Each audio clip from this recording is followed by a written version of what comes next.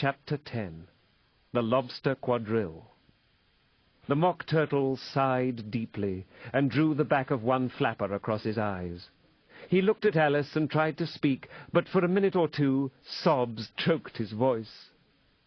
"Same as if he had a bone in his throat," said the Gryphon, and it set to work, shaking him and punching him in the back. At last the Mock Turtle recovered his voice, and, with tears running down his cheeks, he went on again. "You may not have lived much under the sea." "I haven't," said Alice. "And perhaps you were never even introduced to a lobster." Alice began to say, "I once tasted," but checked herself hastily and said, "No, never." "So you can have no idea what a delightful thing a lobster quadrille is?" "No, indeed," said Alice. "What sort of a dance is it?" "Why," said the Gryphon, "you first form into a line along the seashore." "Two lines!" cried the Mock Turtle. "Seals, turtles, salmon, and so on. Then, when you've cleared all the jellyfish out of the way—" "That generally takes some time," interrupted the Gryphon. "You advance twice." "Each with a lobster as a partner?" cried the Gryphon. "Of course," the Mock Turtle said. "Advance twice, set to partners." "Change lobsters and retire in same order," continued the Gryphon. "Then, you know," the Mock Turtle went on, "you throw "The lobsters!" shouted the Gryphon with a bound into the air, "as far out to sea as you can." "Swim after them!" screamed the Gryphon. "Turn a somersault in the sea!" cried the Mock Turtle, capering wildly about. "Change lobsters again!" yelled the Gryphon at the top of its voice. "Back to land again!" "And that's all the first figure," said the Mock Turtle, suddenly dropping his voice. And the two creatures, who had been jumping about like mad things all this time, sat down again very sadly and quietly, and looked at Alice. "It must be a very pretty dance," said Alice timidly. "Would you like to see a little of it?" said the Mock Turtle. "Very much indeed," said Alice. "Come, let's try the first figure," said the Mock Turtle to the Gryphon. "We can do it without lobsters, you know. Which shall sing?" "Oh, you sing," said the Gryphon. "I've forgotten the words." So they began solemnly dancing round and round Alice, every now and then treading on her toes when they passed too close, and waving their forepaws to mark the time, while the Mock Turtle sang this, very slowly and sadly. "Will you walk a little faster?" said a whiting to a snail. "There's a porpoise close behind us, and he's treading on my tail. See how eagerly the lobsters and the turtles all advance. They are waiting on the shingle. Will you come and join the dance? Will you, won't you, will you, won't you, will you join the dance? Will you, won't you, will you, won't you join the dance? You can really have no notion how delightful it will be when they take us up and throw us with the lobsters out to sea." But the snail replied, "Too far, and gave a look askance. Said he thanked the whiting kindly, but he would not join the dance. Would not, could not, would not, could not, would not join the dance. Would not, could not, would not, could not join the dance.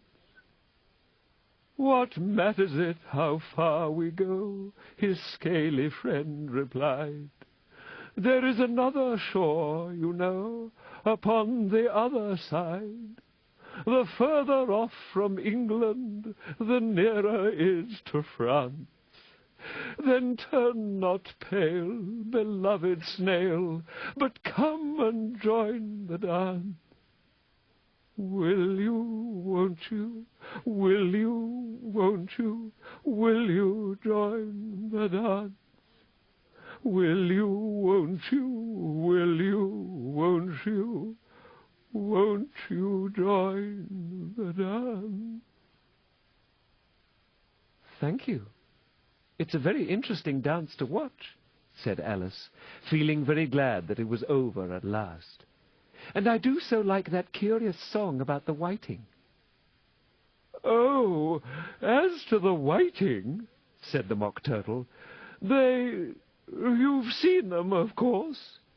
Yes, said Alice. I've often seen them at She checked herself hastily. I don't know where Din may be, said the Mock Turtle, but if you've seen them so often, of course you know what they're like. I believe so, Alice replied thoughtfully. They have their tails in their mouths, and they're all over crumbs. You're wrong about the crumbs, said the Mock Turtle. Crumbs would all wash off in the sea. But they have their tails in their mouths, and the reason is... Here the Mock Turtle yawned and shut his eyes. Tell her about the reason and all that, he said to the Gryphon. The reason is, said the Gryphon, that they would go with the lobsters to the dance. So they got thrown out to sea. So they had to fall a long way. So they got their tails fast in their mouths. So they couldn't get them out again. That's all. Thank you, said Alice. It's very interesting. I never knew so much about a whiting before. I can tell you more than that if you like, said the Gryphon. Do you know why it's called a whiting? I never thought about it, said Alice. Why? It does the boots and shoes, the Gryphon replied very solemnly. Alice was thoroughly puzzled. Does the boots and shoes? She repeated in a wondering tone. Why, what are your shoes done with? Said the Gryphon. I mean, what makes them so shiny? Alice looked down at them and considered a little before she gave her answer. They're done with blacking, I believe. Boots and shoes under the sea, the Gryphon went on in a deep voice, are done with whiting. Now you know. And what are they made of? Alice asked in a tone of great curiosity. Soles and eels, of course, the Gryphon replied rather impatiently.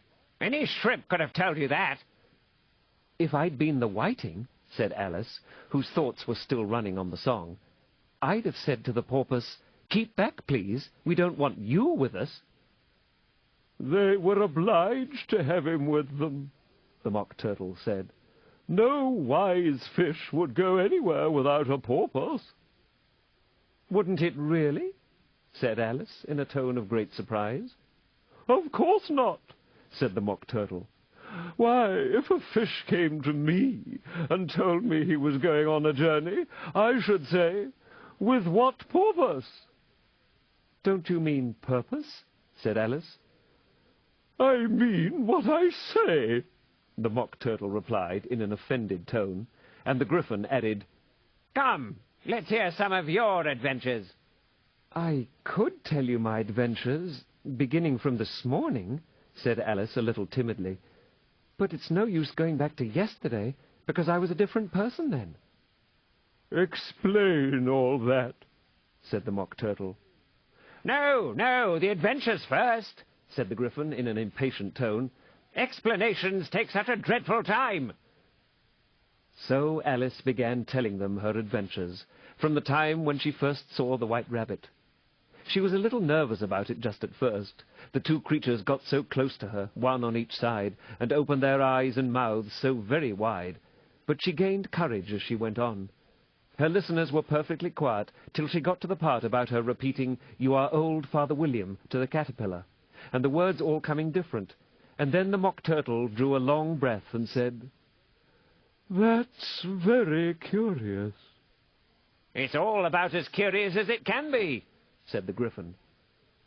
It all came different, the Mock Turtle repeated thoughtfully.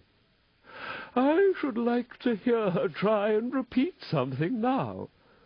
Tell her to begin." He looked at the Gryphon, as if he thought it had some kind of authority over Alice.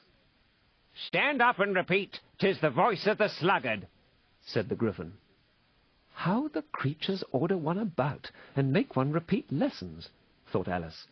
I might just as well be at school at once. However, she got up and began to repeat it, but her head was so full of the lobster quadrille that she hardly knew what she was saying, and the words came very queer indeed. "'Tis the voice of the lobster. I heard him declare, 'You have baked me too brown, I must sugar my hair.' As a duck with its eyelids, so he with his nose trims his belt and his buttons and turns out his toes." "That's different from what I used to say when I was a child," said the Gryphon. "Well, I never heard it before," said the Mock Turtle, "but it sounds uncommon nonsense." Alice said nothing. She had sat down again with her face in her hands, wondering if anything would ever happen in a natural way again. "I should like to have it explained," said the Mock Turtle. "She can't explain it," said the Gryphon hastily. "Go on with the next verse." "But about his toes?" the Mock Turtle persisted. "How could he turn them out with his nose, you know?" "It's the first position in dancing," Alice said, but she was dreadfully puzzled by the whole thing and longed to change the subject. "Go on with the next verse," the Gryphon repeated impatiently. "It begins, 'I passed by his garden.'" Alice did not dare to disobey, though she felt sure it would all come out wrong, and she went on in a trembling voice. "I passed by his garden, and marked with one eye how the owl and the oyster were sharing a pie." "What is the use of repeating all that stuff?" the Mock Turtle interrupted. "If you don't explain it as you go on, it's by far the most confusing thing I ever heard." "Yes, I think you'd better leave off," said the Gryphon, and Alice was only too glad to do so.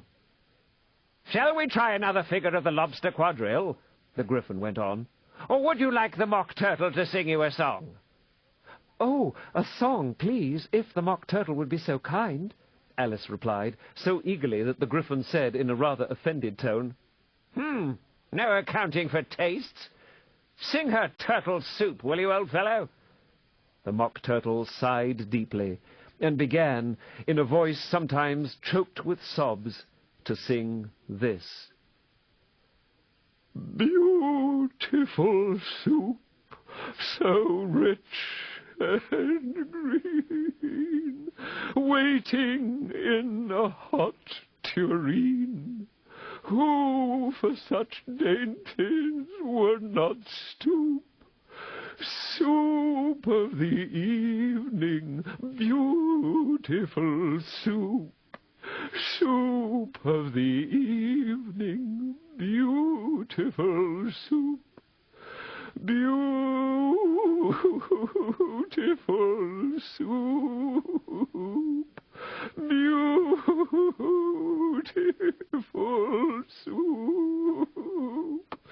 Soup of the evening, beautiful, beautiful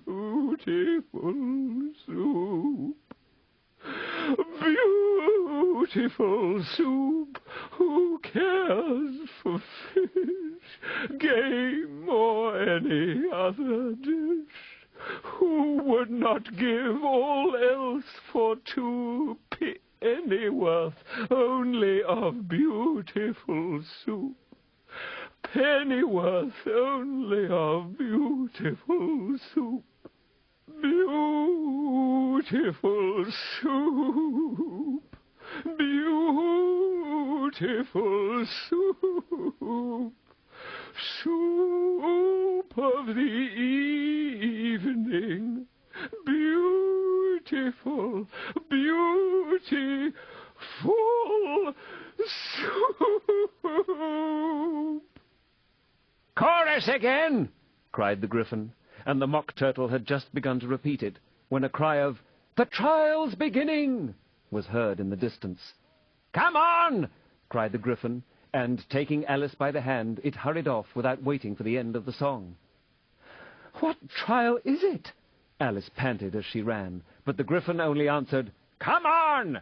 and ran the faster, while more and more faintly came, carried on the breeze that followed them, the melancholy words, "Soup of the evening, beautiful, beautiful soup." Chapter 11. Who Stole the Tarts? The King and Queen of Hearts were seated on their throne when they arrived, with a great crowd assembled about them, all sorts of little birds and beasts, as well as the whole pack of cards. The knave was standing before them in chains, with a soldier on each side to guard him. And near the king was the white rabbit, with a trumpet in one hand and a scroll of parchment in the other. In the very middle of the court was a table, with a large dish of tarts upon it. They looked so good that it made Alice quite hungry to look at them. "I wish they'd get the trial done," she thought, "and hand round the refreshments." But there seemed to be no chance of this, so she began looking at everything about her to pass away the time. Alice had never been in a court of justice before, but she had read about them in books, and she was quite pleased to find that she knew the name of nearly everything there. "That's the judge," she said to herself, "because of his great wig." The judge, by the way, was the king, and as he wore his crown over the wig, he did not look at all comfortable, and it was certainly not becoming. "And that's the jury box," thought Alice. "And those 12 creatures—" She was obliged to say creatures, you see, because some of them were animals and some were birds. "I suppose they are the jurors."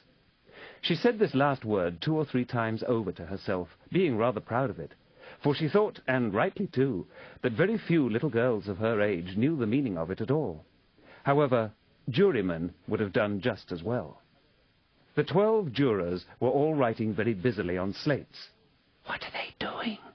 Alice whispered to the Gryphon. "They can't have anything to put down yet, before the trial's begun." "They're putting down their names," the Gryphon whispered in reply, "for fear they should forget them before the end of the trial." "Stupid things!" Alice began in a loud, indignant voice, but she stopped herself hastily, for the white rabbit cried out, "Silence in the court!" and the king put on his spectacles and looked anxiously round to make out who was talking. Alice could see, as well as if she were looking over their shoulders, that all the jurors were writing down stupid things on their slates, and she could even make out that one of them didn't know how to spell stupid, and that he had to ask his neighbour to tell him. "A nice muddle their slates will be in before the trial's over," thought Alice. One of the jurors had a pencil that squeaked.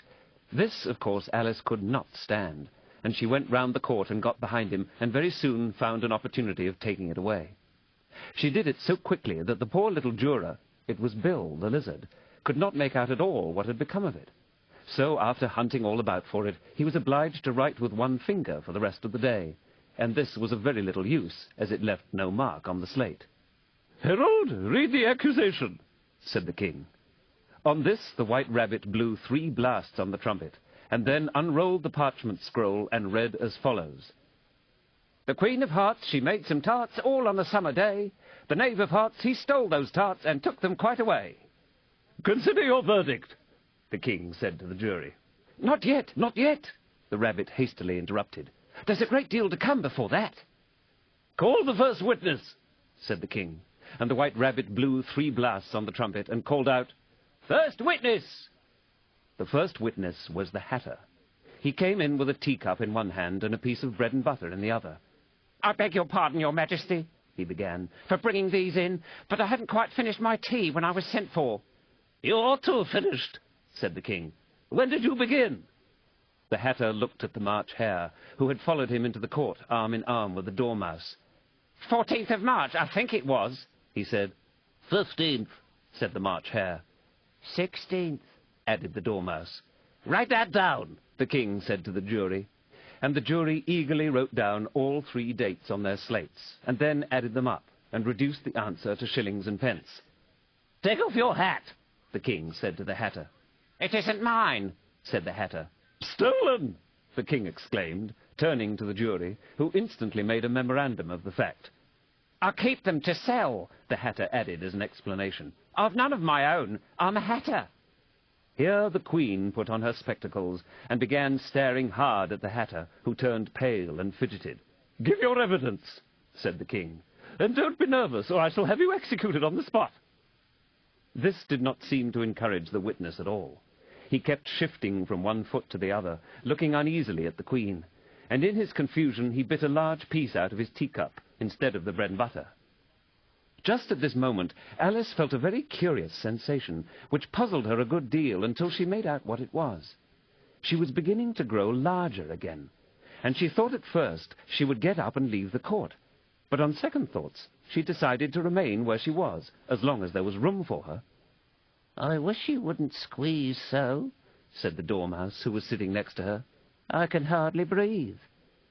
"I can't help it," said Alice very meekly. "I'm growing."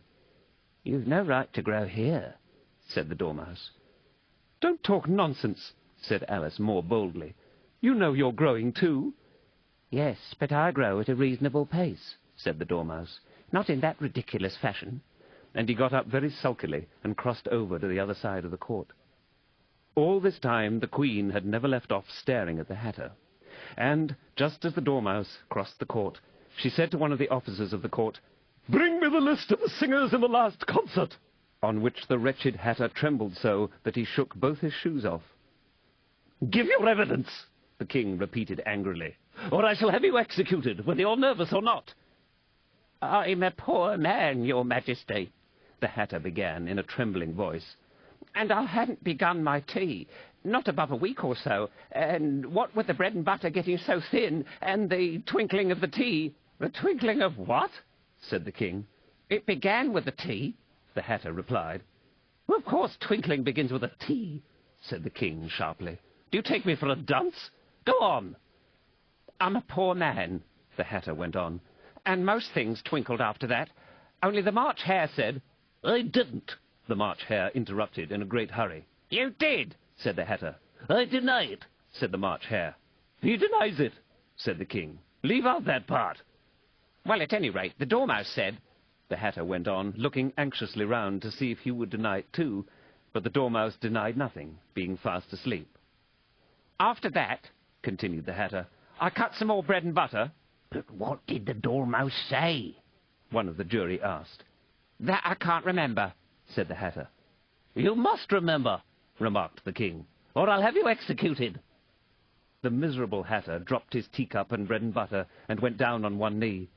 "I'm a poor man, Your Majesty," he began. "You're a very poor speaker," said the King. Here one of the guinea pigs cheered, and was immediately suppressed by the officers of the court. As that is rather a hard word, I will just explain to you how it was done. They had a large canvas bag, which tied up at the mouth with strings. Into this they slipped the guinea pig head first, and then sat upon it. "I'm glad I've seen that done," thought Alice. "I've so often read in the newspapers, at the end of trials, there was some attempt at applause which was immediately suppressed by the officers of the court, and I never understood what it meant till now." "If that's all you know about it, you may stand down," continued the King. "I can't go no lower," said the Hatter. "I'm on the floor as it is." "Then you may sit down," the King replied. Here the other guinea pig cheered, and was suppressed. "Come, that finishes the guinea pigs," thought Alice. "Now we shall get on better." "I'd rather finish my tea," said the Hatter, with an anxious look at the Queen, who was reading the list of singers. "You may go," said the King, and the Hatter hurriedly left the court without even waiting to put his shoes on. "And just take his head off outside," the Queen added to one of the officers, but the Hatter was out of sight before the officer could get to the door. "Call the next witness," said the King. The next witness was the Duchess's cook. She carried the pepper box in her hand, and Alice guessed who it was even before she got into the court, by the way the people near the door began sneezing all at once. "Give your evidence," said the King. "Shan't," said the cook. The King looked anxiously at the White Rabbit, who said in a low voice, "Your Majesty must cross-examine this witness." "Well, if I must, I must," the King said with a melancholy air, and after folding his arms and frowning at the cook till his eyes were nearly out of sight, he said in a deep voice, "What are tarts made of?" Pepper, mostly, said the cook. "Treacle," said a sleepy voice behind her. "Collar that dormouse!" the Queen shrieked out. "Behead that dormouse! Turn that dormouse out of court! Suppress him! Pinch him off with his whiskers!" For some minutes the whole court was in confusion, getting the dormouse turned out, and by the time they had settled down again, the cook had disappeared. "Never mind," said the King with an air of great relief. "Call the next witness." And he added in an undertone to the Queen, "Really, my dear, you must cross-examine the next witness. It quite makes my forehead ache." Alice watched the White Rabbit as he fumbled over the list, feeling very curious to see what the next witness would be like. "For they haven't got much evidence yet," she said to herself. Imagine her surprise when the White Rabbit read out at the top of his shrill little voice the name Alice. Chapter 12. Alice's Evidence. "Here!" cried Alice, quite forgetting in the flurry of the moment how large she had grown in the last few minutes. And she jumped up in such a hurry that she tipped over the jury box with the edge of her skirt, upsetting all the jurymen onto the heads of the crowd below. And there they lay, sprawling about, reminding her very much of a globe of goldfish she had accidentally upset the week before. "Oh, I beg your pardon," she exclaimed in a tone of great dismay, and began picking them up again as quickly as she could, for the accident of the goldfish kept running in her head, and she had a vague sort of idea that they must be collected at once and put back into the jury box, or they would die. "The trial cannot proceed," said the King in a very grave voice, "until all the jurymen are back in their proper places. All," he repeated with great emphasis, looking hard at Alice as he said so. Alice looked at the jury box and saw that in her haste she had put the lizard in head downwards, and the poor little thing was waving its tail about in a melancholy way, being quite unable to move. She soon got it out again and put it right. "Not that it signifies much," she said to herself. "I should think it would be quite as much use in the trial one way up as the other." As soon as the jury had a little recovered from the shock of being upset, and their slates and pencils had been found and handed back to them, they set to work very diligently to write out a history of the accident, all except the lizard, who seemed too much overcome to do anything but sit with its mouth open, gazing up into the roof of the court. "What do you know about this business?" the King said to Alice. "Nothing," said Alice. "Nothing whatever?" persisted the King. "Nothing whatever," said Alice. "That's very important," the King said, turning to the jury. They were just beginning to write this down on their slates when the White Rabbit interrupted. "Unimportant, Your Majesty means, of course," he said, in a very respectful tone, but frowning and making faces at him as he spoke. "Unimportant, of course I meant," the King hastily said, and went on to himself in an undertone. "Important, unimportant, unimportant, important," as if he were trying which word sounded best. Some of the jury wrote it down important, and some unimportant. Alice could see this, as she was near enough to look over their slates. "But it doesn't matter a bit," she thought to herself. At this moment, the King, who had been for some time busily writing in his notebook, called out, "Silence!"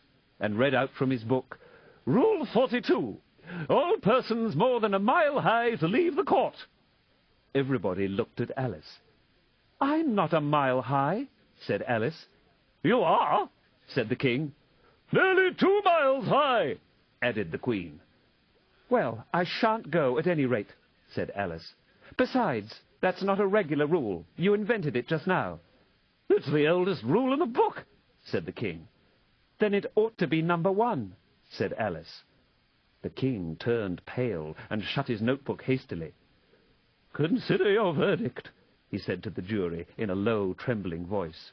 "There's more evidence to come yet, please, Your Majesty," said the White Rabbit, jumping up in a great hurry. "This paper has just been picked up." "What's in it?" said the Queen.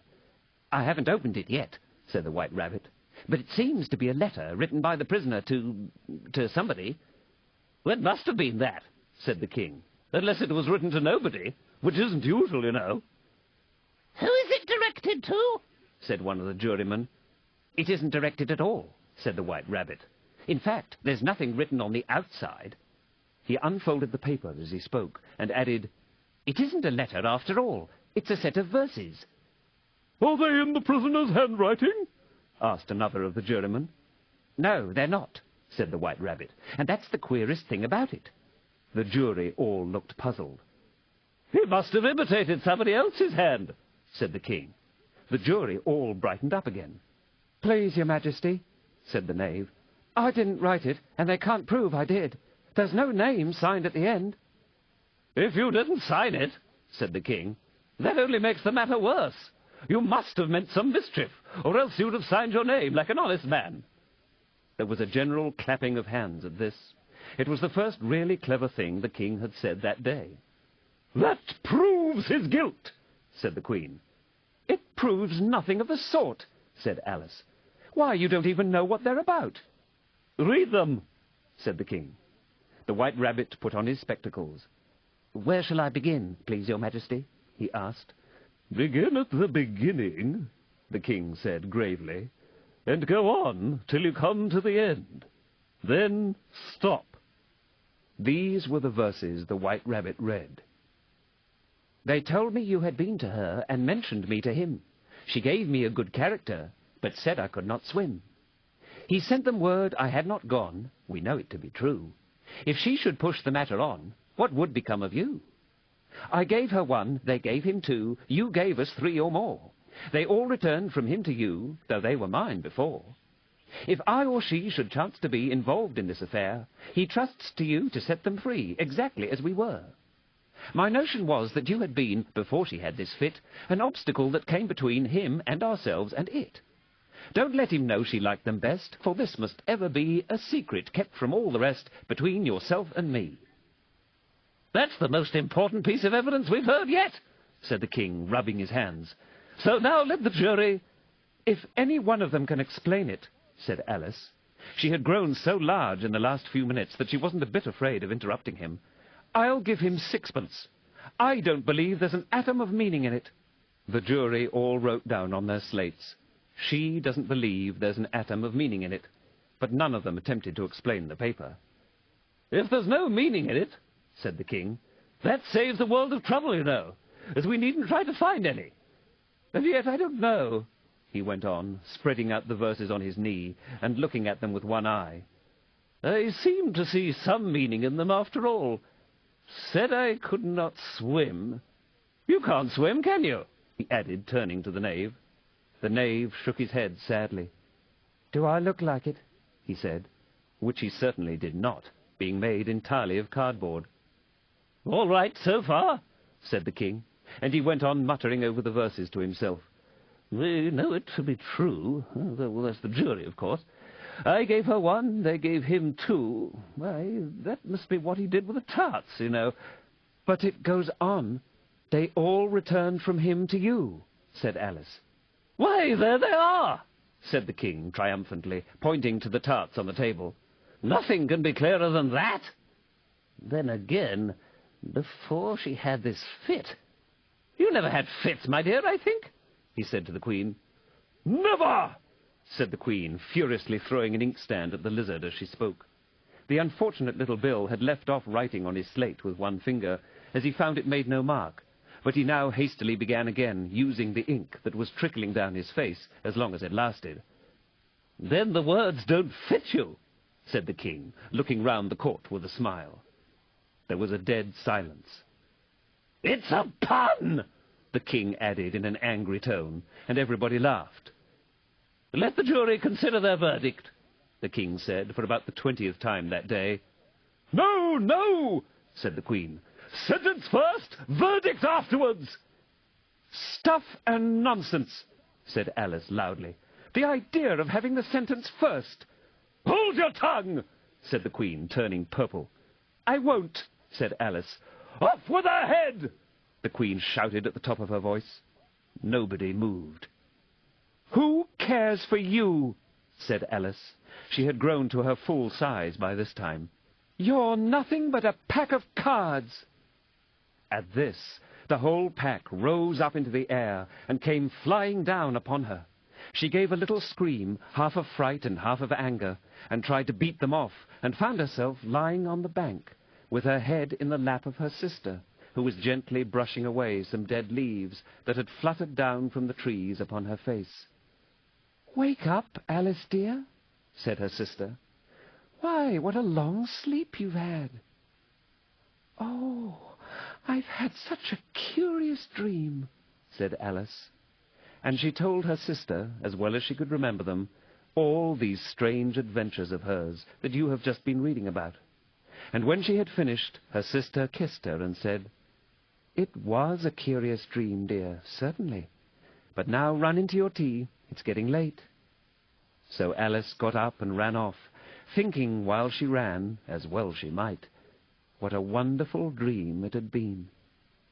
But her sister sat still just as she left her, leaning her head on her hand, watching the setting sun, and thinking of little Alice and all her wonderful adventures, till she too began dreaming after a fashion. And this was her dream. First, she dreamed of little Alice herself, and once again the tiny hands were clasped upon her knee, and the bright, eager eyes were looking up into hers. She could hear the very tones of her voice, and see that queer little toss of her head to keep back the wandering hair that would always get into her eyes. And still as she listened, or seemed to listen, the whole place around her became alive with the strange creatures of her little sister's dream.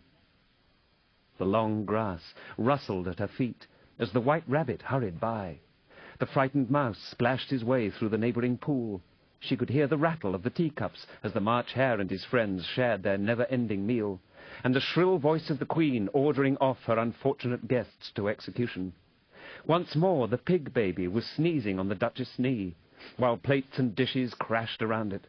Once more the shriek of the griffin, the squeaking of the lizard's slate pencil, and the choking of the suppressed guinea pigs filled the air, mixed up with the distant sob of the miserable mock turtle. So she sat on, with closed eyes, and half believed herself in Wonderland, though she knew she had but to open them again, and all would change to dull reality. The grass would be only rustling in the wind, and the pool rippling to the waving of the reeds. The rattling teacups would change to tinkling sheep bells, and the Queen's shrill cries to the voice of the shepherd boy, and the sneeze of the baby, the shriek of the griffin, and all the other queer noises would change, she knew, to the confused clamour of the busy farmyard, while the lowing of the cattle in the distance would take the place of the mock turtle's heavy sobs. Lastly, she pictured to herself how this same little sister of hers would, in the after-time, be herself a grown woman, and how she would keep, through all her riper years, the simple and loving heart of her childhood, and how she would gather about her other little children, and make their eyes bright and eager with many a strange tale, perhaps even with a dream of Wonderland of long ago, and how she would feel with all their simple sorrows, and find a pleasure in all their simple joys, remembering her own child life and the happy summer days. The end. This concludes Alice's adventures in Wonderland. Alice's adventures continue in Through the Looking Glass. Through the Looking Glass, and what Alice found there. Child of the pure unclouded brow, and dreaming eyes of wonder, though time be fleet, and I and thou are half a mile asunder, thy loving smile will surely hail the love-gift of a fairy tale. I have not seen thy sunny face, nor heard thy silver laughter. No thought of me shall find a place in thy young life's hereafter. Enough that now thou wilt not fail to listen to my fairy tale. A tale begun in other days, when summer suns were glowing, a simple chime that served to time the rhythm of our rowing, whose echoes live in memory yet, though envious years would say, forget. Come, hearken then, ere voice of dread, with bitter tidings laden, shall summon to unwelcome bed a melancholy maiden. We are but older children dear, who fret to find our bedtime near. Without, The frost, the blinding snow, the storm wind's moody madness, within the firelight's ruddy glow, and childhood's nest of gladness. The magic words shall hold thee fast, thou shalt not heed the raving blast.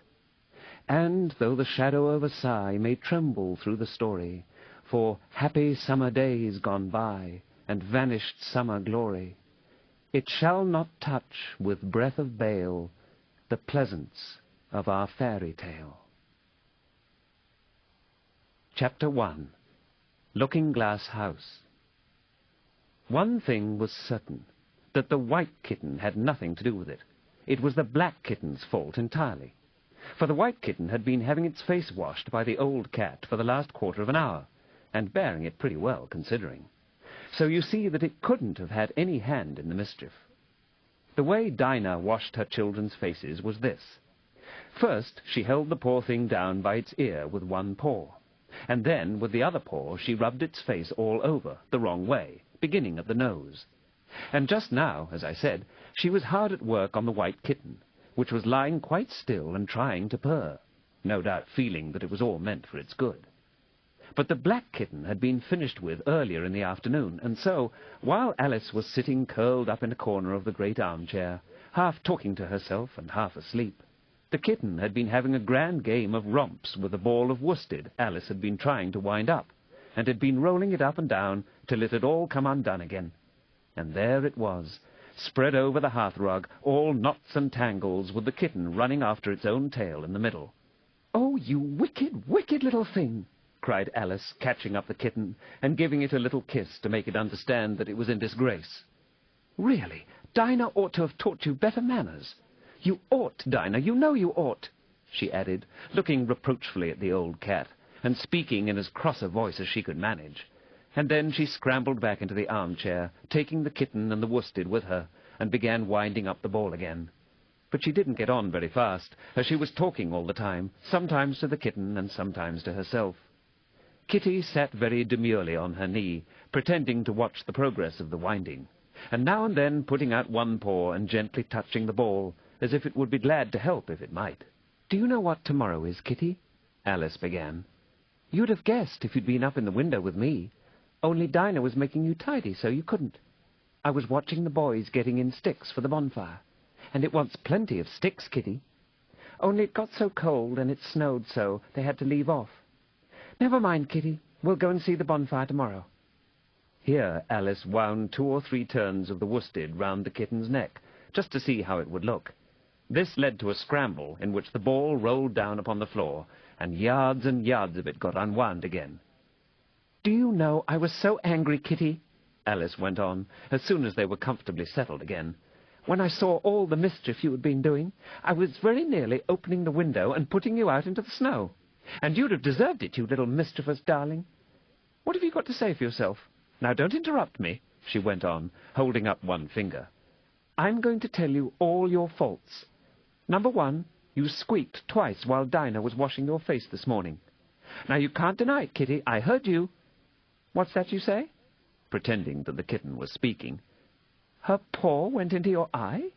Well, that's your fault for keeping your eyes open. If you'd shut them tight up, it wouldn't have happened. Now, don't make any more excuses, but listen. Number 2, you pulled Snowdrop away by the tail just as I had put down the saucer of milk before her." "What? You were thirsty, were you? How do you know she wasn't thirsty, too?"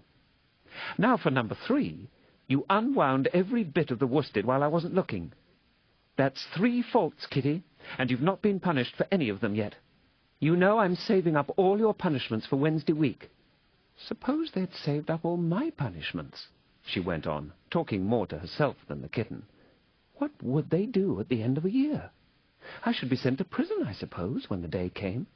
Or, let me see, suppose each punishment was to be going without a dinner. Then, when the miserable day came, I should have to go without 50 dinners at once.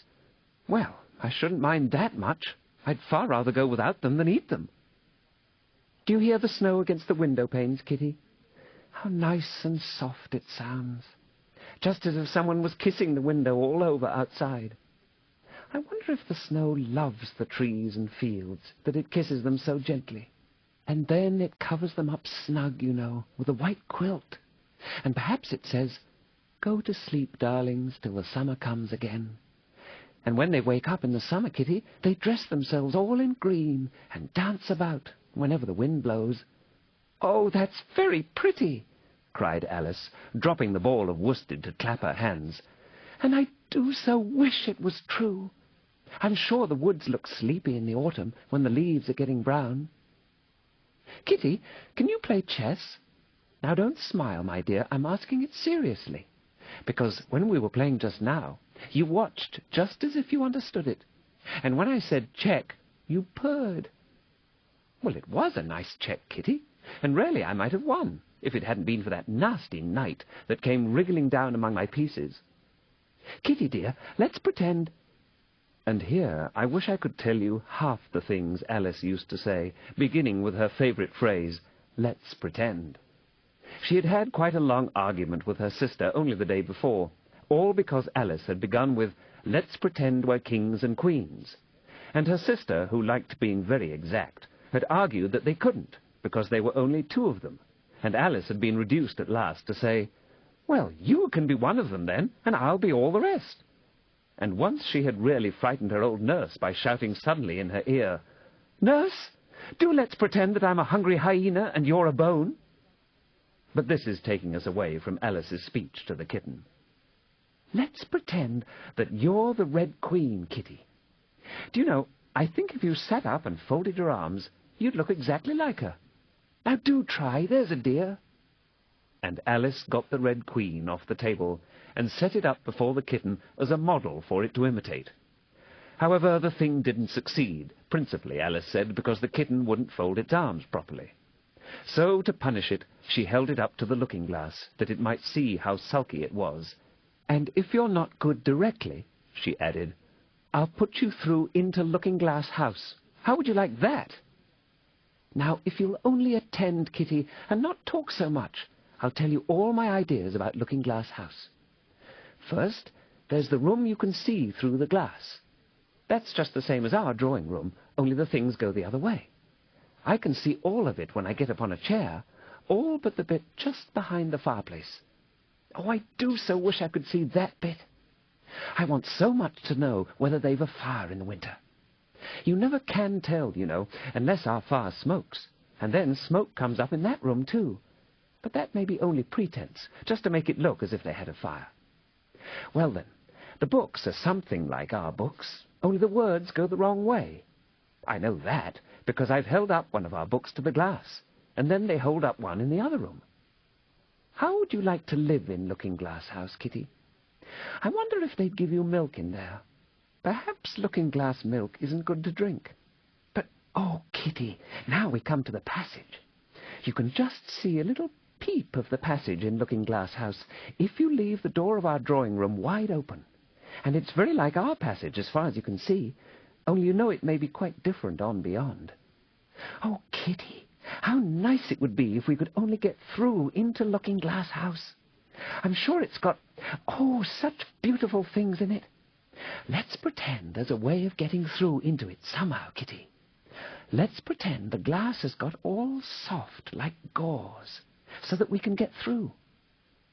Why, it's turning into a sort of mist now, I declare. It'll be easy enough to get through. She was up on the chimney-piece while she said this, though she hardly knew how she had got there. And certainly the glass was beginning to melt away, just like a bright silvery mist. In another moment Alice was through the glass, and had jumped lightly down into the looking-glass room.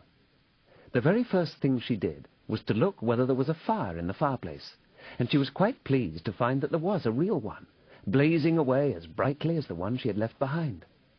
"So I shall be as warm here as I was in the old room," thought Alice. "Warmer, in fact, because there'll be no one here to scold me away from the fire. Oh, what fun it'll be when they see me through the glass in here and can't get at me." Then she began looking about, and noticed that what could be seen from the old room was quite common and uninteresting, but that all the rest was as different as possible. For instance, the pictures on the wall next the fire seemed to be all alive, and the very clock on the chimney-piece, you know you can only see the back of it in the looking-glass, had got the face of a little old man, and grinned at her. They don't keep this room so tidy as the other, Alice thought to herself, as she noticed several of the chessmen down in the hearth among the cinders. But in another moment, with a little "oh!" of surprise, she was down on her hands and knees watching them. The chessmen were walking about, 2 and 2. "Here are the Red King and the Red Queen," Alice said, in a whisper for fear of frightening them. "And there are the White King and the White Queen sitting on the edge of the shuffle. And here are 2 castles walking arm in arm. I don't think they can hear me," she went on, as she put her head closer down. "And I'm nearly sure they can't see me. I feel somehow as if I was getting invisible." Here something began squeaking on the table behind Alice, and made her turn her head, just in time to see one of the white pawns roll over and begin kicking. She watched it with great curiosity to see what would happen next. "It is the voice of my child," the White Queen cried out, as she rushed past the king, so violently that she knocked him over among the cinders. "My precious Lily, my imperial kitten!" And she began scrambling wildly up the side of the fender. "Imperial fiddlestick!" said the king, rubbing his nose, which had been hurt by the fall. He had a right to be a little annoyed with the queen, for he was covered with ashes from head to foot. Alice was very anxious to be of use, and as the poor little Lily was nearly screaming herself into a fit, she hastily picked up the queen and set her on the table by the side of her noisy little daughter. The queen gasped and sat down. The rapid journey through the air had quite taken away her breath, and for a minute or two she could do nothing but hug the little Lily in silence. As soon as she had recovered her breath a little, she called out to the White King, who was sitting sulkily among the ashes, "Mind the volcano?" "What volcano?" said the king, looking up anxiously into the fire, as if he thought that was the most likely place to find one. "Blew me up," panted the queen, who was still a little out of breath. "Mind you come up, the regular way. Don't get blown up."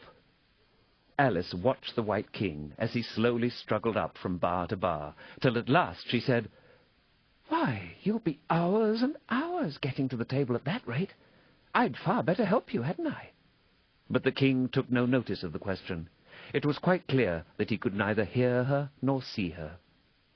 So Alice picked him up very gently, and lifted him across more slowly than she had lifted the queen, that she mightn't take his breath away. But before she put him on the table, she thought she might as well dust him a little, he was so covered with ashes. She said afterwards that she had never seen in all her life such a face as the king made, when he found himself held in the air by an invisible hand and being dusted. He was far too much astonished to cry out, but his eyes and his mouth went on getting larger and larger and rounder, till her hand shook so with laughing that she nearly let him drop upon the floor. "Oh, please don't make such faces, my dear," she cried out, quite forgetting that the king couldn't hear her. "You make me laugh so that I can hardly hold you. And don't keep your mouth so wide open. All the ashes will get into it. There now, I think you're tidy enough," she added, as she smoothed his hair and set him upon the table near the queen. The king immediately fell flat on his back and lay perfectly still, and Alice was a little alarmed at what she had done, and went round the room to see if she could find any water to throw over him. However, she could find nothing but a bottle of ink, and when she got back with it, she found he had recovered, and he and the queen were talking together in a frightened whisper, so low that Alice could hardly hear what they said. The king was saying, "I assure you, my dear, I turned cold to the very ends of my whiskers." To which the queen replied, "You haven't got any whiskers." "The horror of that moment," the king went on, "I shall never, never forget." "You will, though," the queen said, "if you don't make a memorandum of it." Alice looked on with great interest as the king took an enormous memorandum book out of his pocket and began writing. A sudden thought struck her, and she took hold of the end of the pencil, which came some way over his shoulder, and began writing for him. The poor king looked puzzled and unhappy, and struggled with the pencil for some time without saying anything. But Alice was too strong for him, and at last he panted out, My dear, I really must get a thinner pencil. I can't manage this one a bit. It writes all manner of things that I don't intend." "What manner of things?" said the Queen, looking over the book, in which Alice had put, "The White Knight is sliding down the poker. He balances very badly." "That's not a memorandum of your feelings." There was a book lying near Alice on the table, and while she sat watching the White King, for she was still a little anxious about him, and had the ink all ready to throw over him in case he fainted again, she turned over the leaves to find some part that she could read. "For it's all in some language I don't know," she said to herself. She puzzled over this for some time, but at last a bright thought struck her. "Why, it's a looking-glass book, of course. And if I hold it up to a glass, the words will all go the right way again." This was the poem that Alice read. Jabberwocky. 'Twas brillig, and the slithy toves did gyre and gimble in the wabe. All mimsy were the borogoves, and the mome raths outgrabe. Beware the Jabberwock, my son, the jaws that bite, the claws that catch. Beware the Jubjub bird, and shun the frumious Bandersnatch. He took his vorpal sword in hand, long time the manxome foe he sought. So rested he by the Tumtum tree, and stood a while in thought. And, as in uffish thought he stood, the Jabberwock, with eyes of flame, came whiffling through the tulgey wood, and burbled as it came.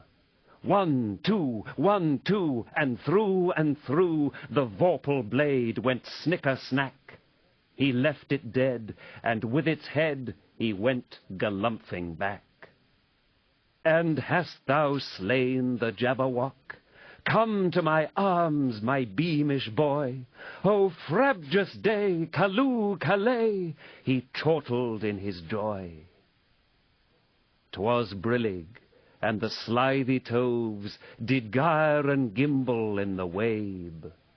All mimsy were the borogoves, and the mome raths outgrabe. "It seems very pretty," she said when she had finished it, "but it's rather hard to understand." You see, she didn't like to confess even to herself that she couldn't make it out at all. "Somehow it seems to fill my head with ideas, only I don't exactly know what they are. However, somebody killed something. That's clear at any rate." "But oh," thought Alice, suddenly jumping up, "if I don't make haste, I shall have to go back through the looking-glass before I've seen what the rest of the house is like. Let's have a look at the garden first." She was out of the room in a moment, and ran downstairs, or at least it wasn't exactly running, but a new invention for getting downstairs quickly and easily, as Alice said to herself. She just kept the tips of her fingers on the handrail, and floated gently down without even touching the stairs with her feet. Then she floated on through the hall, and would have gone straight out at the door in the same way if she hadn't caught hold of the doorpost. She was getting a little giddy with so much floating in the air, and was rather glad to find herself walking again in the natural way. Chapter 2. The Garden of Live Flowers. "I should see the garden far better," said Alice to herself, "if I could get to the top of that hill. And here's a path that leads straight to it. At least, no, it doesn't do that," after going a few yards along the path and turning several sharp corners. "But I suppose it will at last. But how curiously it twists. It's more like a corkscrew than a path. Well, this turn goes to the hill, I suppose. No, it doesn't. This goes straight back to the house. Well, then, I'll try it the other way." And so she did, wandering up and down and trying turn after turn, but always coming back to the house, do what she would. Indeed, once, when she turned a corner rather more quickly than usual, she ran against it before she could stop herself. "It's no use talking about it," Alice said, looking up at the house and pretending it was arguing with her. "I'm not going in again yet. I know I should have to get through the looking-glass again, back into the old room, and there'd be an end of all my adventures. So, resolutely turning her back upon the house, she set out once more down the path, determined to keep straight on till she got to the hill. For a few minutes all went on well, and she was just saying, "I really shall do it this time," when the path gave a sudden twist and shook itself, as she described it afterwards, and the next moment she found herself actually walking in at the door. "Oh, it's too bad," she cried. "I never saw such a house for getting in the way, never." However, there was the hill full in sight, so there was nothing to be done but start again. This time she came upon a large flower bed with a border of daisies and a willow tree growing in the middle. "Oh, Tiger Lily," said Alice, addressing herself to one that was waving gracefully about in the wind, "I wish you could talk." "We can talk," said the Tiger Lily, "when there's anybody worth talking to." Alice was so astonished that she couldn't speak for a minute. It quite seemed to take her breath away. At length, as the Tiger Lily only went on waving about, she spoke again, in a timid voice, almost in a whisper. "And can all the flowers talk?" "As well as you can," said the Tiger Lily. "and a great deal louder. It isn't manners for us to begin, you know," said the Rose. "and I really was wondering when you'd speak. Said I to myself, her face has got some sense in it, though it's not a clever one. Still, you're the right colour, and that goes a long way." "I don't care about the colour," the Tiger Lily remarked. "If only her petals curled up a little more, she'd be all right." Alice didn't like being criticized, so she began asking questions. "Aren't you sometimes frightened at being planted out here with nobody to take care of you?" "There's the tree in the middle," said the Rose. "What else is it good for?" "But what could it do if any danger came?" Alice asked.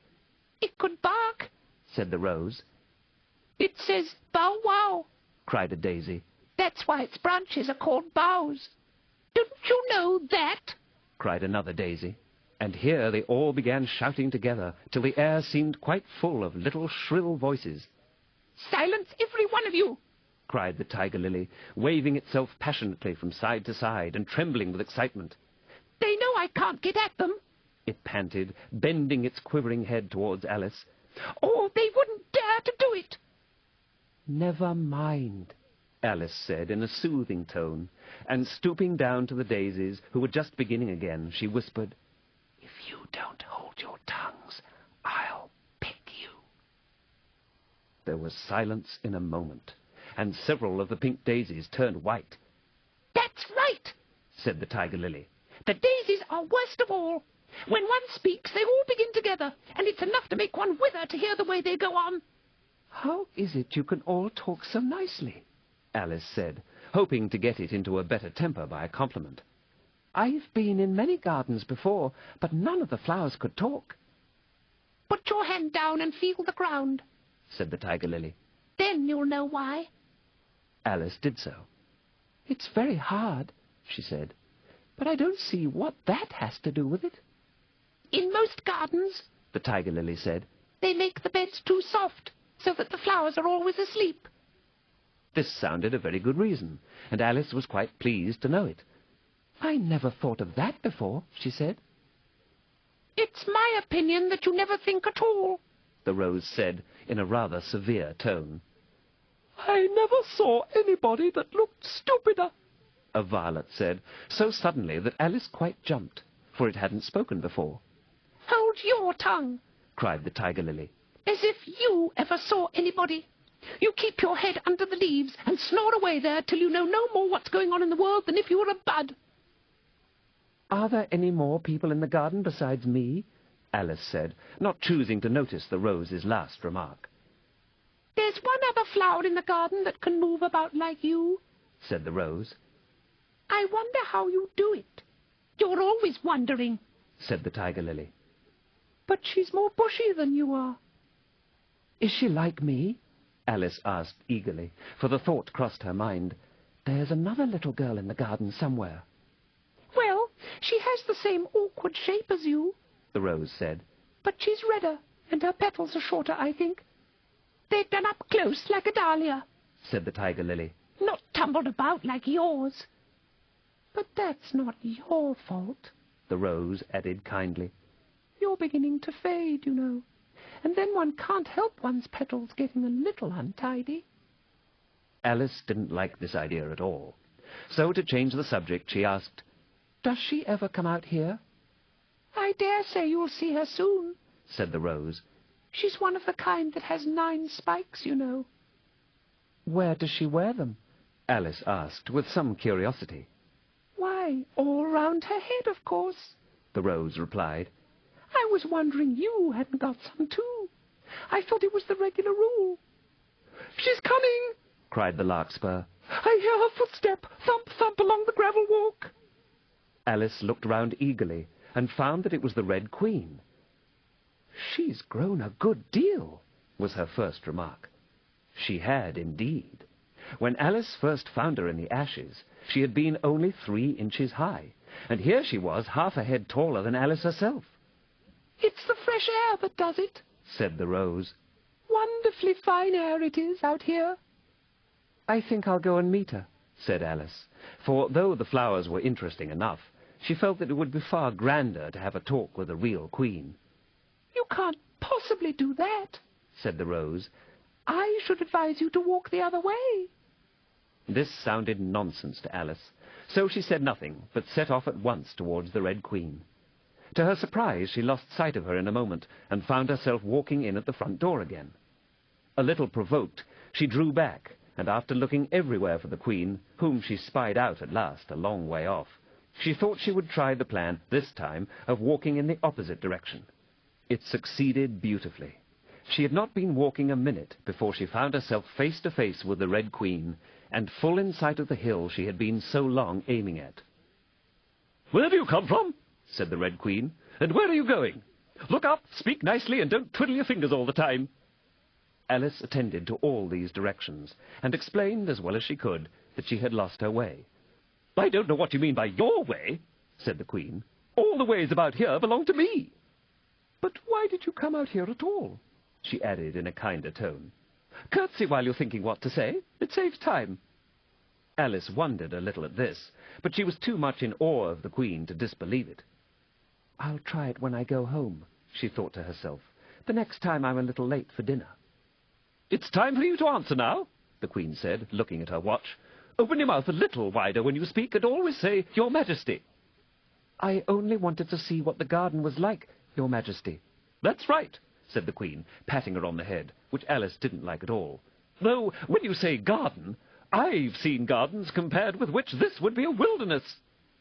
Alice didn't dare to argue the point, but went on, "And I thought I'd try and find my way to the top of that hill." "When you say hill," the Queen interrupted, "I could show you hills in comparison with which you'd call that a valley." "No, I shouldn't," said Alice, surprised into contradicting her at last. "A hill can't be a valley, you know. That would be nonsense." The Red Queen shook her head. "You may call it nonsense if you like," she said, "but I've heard nonsense compared with which that would be as sensible as a dictionary." Alice curtsied again, as she was afraid from the Queen's tone that she was a little offended, and they walked on in silence till they got to the top of the hill. For some minutes Alice stood without speaking, looking out in all directions over the country, and a most curious country it was. There were a number of tiny little brooks running straight across it from side to side, and the ground between was divided up into squares by a number of little green hedges that reached from brook to brook.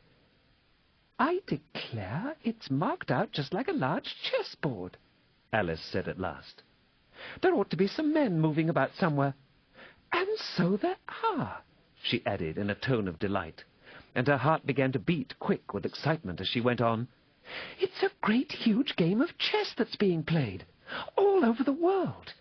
If this is the world at all, you know. Oh, what fun it is! How I wish I was one of them. I wouldn't mind being a pawn, if only I might join, though of course I should like to be a queen best." She glanced rather shyly at the real Queen as she said this, but her companion only smiled pleasantly and said, "That's easily managed. You can be the White Queen's pawn if you like, as Lily's too young to play. And you're in the second square to begin with. When you get to the 8th square, you'll be a queen." Just at this moment, somehow or other, they began to run. Alice could never quite make out, in thinking it over afterwards, how it was that they began. All she remembers is that they were running hand in hand, and the Queen went so fast that it was all she could do to keep up with her. And still the Queen kept crying, "Faster! Faster!" But Alice felt she could not go faster, though she had no breath left to say so. The most curious part of the thing was that the trees and the other things round them never changed their places at all. However fast they went, they never seemed to pass anything. "I wonder if all the things move along with us," thought poor puzzled Alice. And the Queen seemed to guess her thoughts, for she cried, "Faster! Don't try to talk!" Not that Alice had any idea of doing that. She felt as if she would never be able to talk again. She was getting so much out of breath. And still the Queen cried, "Faster! Faster!" and dragged her along. "Are we nearly there?" Alice managed to pant out at last. "Nearly there?" the Queen repeated. "Why, we passed it 10 minutes ago. Faster!" And they ran on for a time in silence, with the wind whistling in Alice's ears and almost blowing her hair off her head, she fancied. "Now! Now!" cried the Queen. "Faster! Faster!" And they went so fast that at last they seemed to skim through the air, hardly touching the ground with their feet, till suddenly, just as Alice was getting quite exhausted, they stopped, and she found herself sitting on the ground, breathless and giddy. The Queen propped her up against a tree and said kindly, "You may rest a little now." Alice looked round her in great surprise. "Why, I do believe we've been under this tree the whole time. Everything's just as it was." "Of course it is," said the Queen. "What would you have it?" "Well, in our country," said Alice, still panting a little, "you'd generally get to somewhere else, if you ran very fast for a long time as we've been doing." "The slow sort of country," said the Queen. "Now here, you see, it takes all the running you can do to keep in the same place. If you want to get somewhere else, you must run at least twice as fast as that." "I'd rather not try, please," said Alice. "I'm quite content to stay here, only I am so hot and thirsty." "I know what you'd like," the Queen said good-naturedly, taking a little box out of her pocket. "Have a biscuit?" Alice thought it would not be civil to say no, though it wasn't at all what she wanted. So she took it, and ate it as well as she could, and it was very dry, and she thought she had never been so nearly choked in all her life. "While you're refreshing yourself," said the Queen, "I'll just take the measurements." And she took a ribbon out of her pocket, marked in inches, and began measuring the ground, and sticking little pegs in here and there. "At the end of 2 yards," she said, putting in a peg to mark the distance, "I shall give you your directions. Have another biscuit?" "No, thank you," said Alice. "One's quite enough." "Thirst quenched, I hope?" said the Queen. Alice did not know what to say to this, but luckily the Queen did not wait for an answer, but went on. "At the end of 3 yards I shall repeat them, for fear of your forgetting them. At the end of 4 I shall say goodbye, and at the end of 5 I shall go." She had got all the pegs put in by this time, and Alice looked on with great interest as she returned to the tree, and then began slowly walking down the row. At the 2-yard peg she faced round and said, "A pawn goes 2 squares in its first move, you know. So you'll go very quickly through the 3rd square, by railway, I should think, and you'll find yourself in the 4th square in no time. Well, that square belongs to Tweedledum and Tweedledee. The 5th is mostly water, the 6th belongs to Humpty Dumpty, but you make no remark." I didn't know I had to make one, just then," Alice faltered out.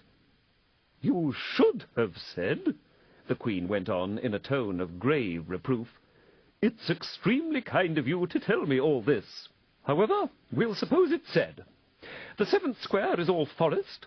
However, one of the knights will show you the way.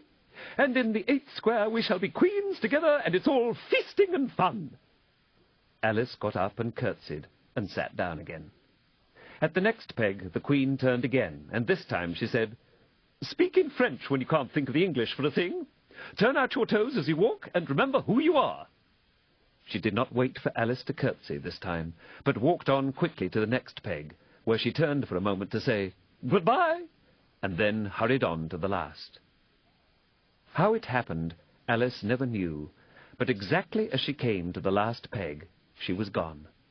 whether she vanished into the air, or whether she ran quickly into the wood. And she can run very fast, thought Alice. There was no way of guessing, but she was gone, and Alice began to remember that she was a pawn, and that it would soon be time for her to move. Chapter 3. Looking-Glass Insects. Of course, the first thing to do was to make a grand survey of the country she was going to travel through. It's something very like learning geography, thought Alice, as she stood on tiptoe in hopes of being able to see a little further. Principal rivers? There are none. Principal mountains? I'm on the only one, but I don't think it's got any name. Principal towns? Why, what are those creatures making honey down there? They can't be bees. Nobody ever saw bees a mile off, you know. And for some time she stood silent, watching one of them that was bustling about among the flowers, poking its proboscis into them. Just as if it was a regular bee, thought Alice. However, this was anything but a regular bee. In fact, it was an elephant, as Alice soon found out, though the idea quite took her breath away at first. And what enormous flowers they must be, was her next idea. Something like cottages with the roofs taken off and stalks put to them. And what quantities of honey they must make. I think I'll go down and... No, I won't go just yet, she went on, checking herself just as she was beginning to run down the hill and trying to find some excuse for turning shy so suddenly. It'll never do to go down among them without a good long branch to brush them away. And what fun it'll be when they ask me how I liked my walk. I shall say, "Oh, I liked it well enough." Here came the favourite little toss of the head. Only it was so dusty and hot, and the elephants did tease so. I think I'll go down the other way, she said after a pause, and perhaps I may visit the elephants later on. Besides, I do so want to get into the third square. So, with this excuse, she ran down the hill and jumped over the first of the 6 little brooks. "Tickets, please," said the guard, putting his head in at the window. In a moment everybody was holding out a ticket. They were about the same size as the people, and quite seemed to fill the carriage. "Now then, show your ticket, child," the guard went on, looking angrily at Alice. And a great many voices all said together, like the chorus of a song, thought Alice, "Don't keep him waiting, child. Why, his time is worth £1,000 a minute." "I'm afraid I haven't got one," Alice said in a frightened tone. "There wasn't a ticket office where I came from." And again the chorus of voices went on, "There wasn't room for one where she came from. The land there is worth £1,000 an inch." "Don't make excuses," said the guard. "You should have bought one from the engine driver." And once more the chorus of voices went on with, "The man that drives the engine. Why, the smoke alone is worth £1,000 a puff." Alice thought to herself, then there's no use in speaking. The voices didn't join in, this time, as she hadn't spoken. But to her great surprise, they all thought in chorus. I hope you understand what thinking in chorus means, for I must confess that I don't. "Better say nothing at all. Language is worth £1,000 a word." "I shall dream about £1,000 tonight. I know I shall," thought Alice. All this time the guard was looking at her, first through a telescope, then through a microscope, and then through an opera glass. At last he said, "You're travelling the wrong way," and shut up the window and went away. "So young a child," said the gentleman sitting opposite to her. He was dressed in white paper. "Ought to know which way she's going, even if she doesn't know her own name." A goat that was sitting next to the gentleman in white shut his eyes and said in a loud voice, "She ought to know her way to the ticket office, even if she doesn't know her alphabet." There was a beetle sitting next to the goat. It was a very queer carriage full of passengers altogether, and as the rule seemed to be that they should all speak in turn, he went on with, "She'll have to go back from here as luggage." Alice couldn't see who was sitting beyond the beetle, but a hoarse voice spoke next. "Change engines," it said, and there it choked and was obliged to leave off. It sounds like a horse, Alice thought to herself, and an extremely small voice, close to her ear, said, "You might make a joke on that." Something about horse and horse, you know. Then a very gentle voice in the distance said, "She must be labelled Lass with Care, you know." And after that, other voices went on. "What a number of people there are in the carriage," thought Alice, saying, "She must go by post, as she's got a head on her. She must be sent as a message by the telegraph. She must draw the train herself the rest of the way," and so on. But the gentleman dressed in white paper leaned forwards and whispered in her ear, "Never mind what they all say, my dear, but take a return ticket every time the train stops." "Indeed I shan't," Alice said, rather impatiently. "I don't belong to this railway journey at all. I was in a wood just now, and I wish I could get back there." You might make a joke on that, said the little voice close to her ear. Something about you would if you could, you know. "Don't tease so," said Alice, looking about in vain to see where the voice came from. "If you're so anxious to have a joke made, why don't you make one yourself?" The little voice sighed deeply. It was very unhappy, evidently, and Alice would have said something pitying to comfort it. If it would only sigh like other people, she thought. But this was such a wonderfully small sigh that she wouldn't have heard it at all if it hadn't come quite close to her ear. The consequence of this was that it tickled her ear very much, and quite took off her thoughts from the unhappiness of the poor little creature. "I know you're a friend," the little voice went on. "A dear friend and an old friend, and you won't hurt me, though I am an insect." "What kind of insect?" Alice inquired, a little anxiously. What she really wanted to know was whether it would sting or not, but she thought this wouldn't be quite a civil question to ask.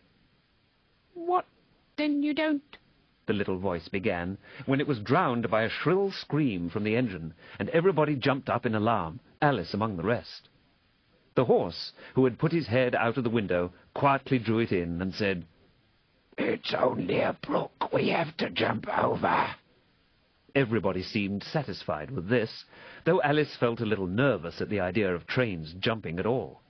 "However, it'll take us into the 4th square, that's some comfort," she said to herself.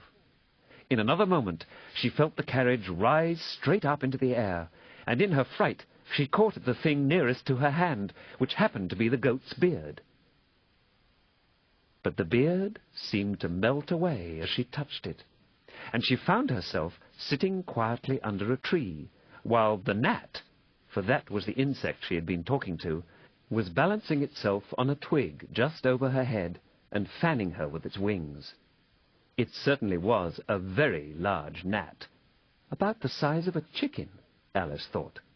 Still, she couldn't feel nervous with it after they had been talking together so long. "Then you don't like all insects?" the gnat went on, as quietly as if nothing had happened. "I like them when they can talk," Alice said. "None of them ever talk where I come from." "What sort of insects do you rejoice in where you come from?" the gnat inquired. "I don't rejoice in insects at all," Alice explained, "because I'm rather afraid of them, at least the large kinds. But I can tell you the names of some of them." "Of course they answer to their names," the gnat remarked carelessly. "I never knew them do it." "What's the use of their having names," the gnat said, "if they won't answer to them?" "No use to them," said Alice. "But it's useful to the people that name them, I suppose. If not, why do things have names at all?" "I can't say," the gnat replied. "Further on, in the wood down there, they've got no names. However, go on with your list of insects. You're wasting time." "Well, there's the horsefly," Alice began, counting off the names on her fingers. "All right," said the gnat. "Halfway up that bush, you'll see a rocking horsefly if you look. It's made entirely of wood, and gets about by swinging itself from branch to branch." "What does it live on?" Alice asked, with great curiosity. "Sap and sawdust," said the gnat. "Go on with the list." Alice looked at the rocking horsefly with great interest, and made up her mind that it must have been just repainted. It looked so bright and sticky. And then she went on. And there's the dragonfly. Look on the branch above your head, said the gnat. and there you'll find a snapdragon-fly. Its body is made of plum pudding, its wings of holly leaves, and its head is a raisin burning in brandy. And what does it live on? Alice asked as before. Frumenty and mince pie, The gnat replied. and it makes its nest in a Christmas box. And then there's the butterfly, Alice went on, after she had taken a good look at the insect with its head on fire, and had thought to herself, I wonder if that's the reason insects are so fond of flying into candles, because they want to turn into snapdragon flies. Crawling at your feet, Said the gnat. Alice drew her feet back in some alarm. you may observe a bread and butter fly. Its wings are thin slices of bread and butter, its body is a crust, and its head is a lump of sugar. And what does it live on? Weak tea with cream in it. A new difficulty came into Alice's head. Supposing it couldn't find any, she suggested. Then it would die, of course. But that must happen very often, Alice remarked thoughtfully. It always happens, Said the gnat. After this, Alice was silent for a minute or two, pondering. The gnat amused itself meanwhile by humming round and round her head. At last it settled again and remarked, I suppose you don't want to lose your name. No, indeed, Alice said a little anxiously. And yet I don't know. The gnat went on in a careless tone. Only think how convenient it would be if you could manage to go home without it. For instance, if the governess wanted to call you to your lessons, she would call out, Come here. And there she would have to leave off, because there wouldn't be any name for her to call. And of course you wouldn't have to go, you know. That would never do, I'm sure, said Alice. The governess would never think of excusing me lessons for that. If she couldn't remember my name, she'd call me Miss, as the servants do. Well, if she said Miss, and didn't say anything more, The gnat remarked. of course you'd miss your lessons. That's a joke. I wish you had made it.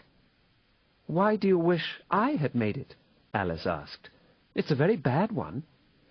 But the gnat only sighed deeply, while 2 large tears came rolling down its cheeks. You shouldn't make jokes, Alice said, if it makes you so unhappy. Then came another of those melancholy little sighs, and this time the poor gnat really seemed to have sighed itself away. For when Alice looked up, there was nothing whatever to be seen on the twig, and as she was getting quite chilly with sitting still so long, she got up and walked on. She very soon came to an open field with a wood on the other side of it. It looked much darker than the last wood, and Alice felt a little timid about going into it. However, on second thoughts, she made up her mind to go on. For I certainly won't go back, she thought to herself, and this was the only way to the 8th square. This must be the wood, she said thoughtfully to herself, where things have no names. I wonder what'll become of my name when I go in.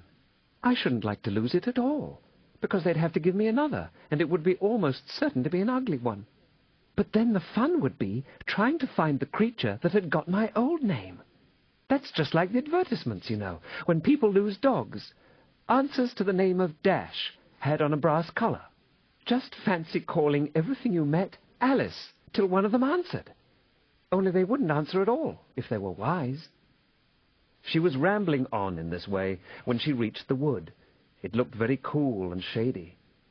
Well, at any rate, it's a great comfort, she said as she stepped under the trees, after being so hot, to get into what? She went on, rather surprised at not being able to think of the word. I mean, to get under this, you know, putting her hand on the trunk of the tree. What does it call itself, I wonder? I do believe it's got no name. Why, to be sure, it hasn't. She stood silent for a minute, thinking. Then she suddenly began again. Then it really has happened after all. And now, who am I? I will remember if I can. I'm determined to do it.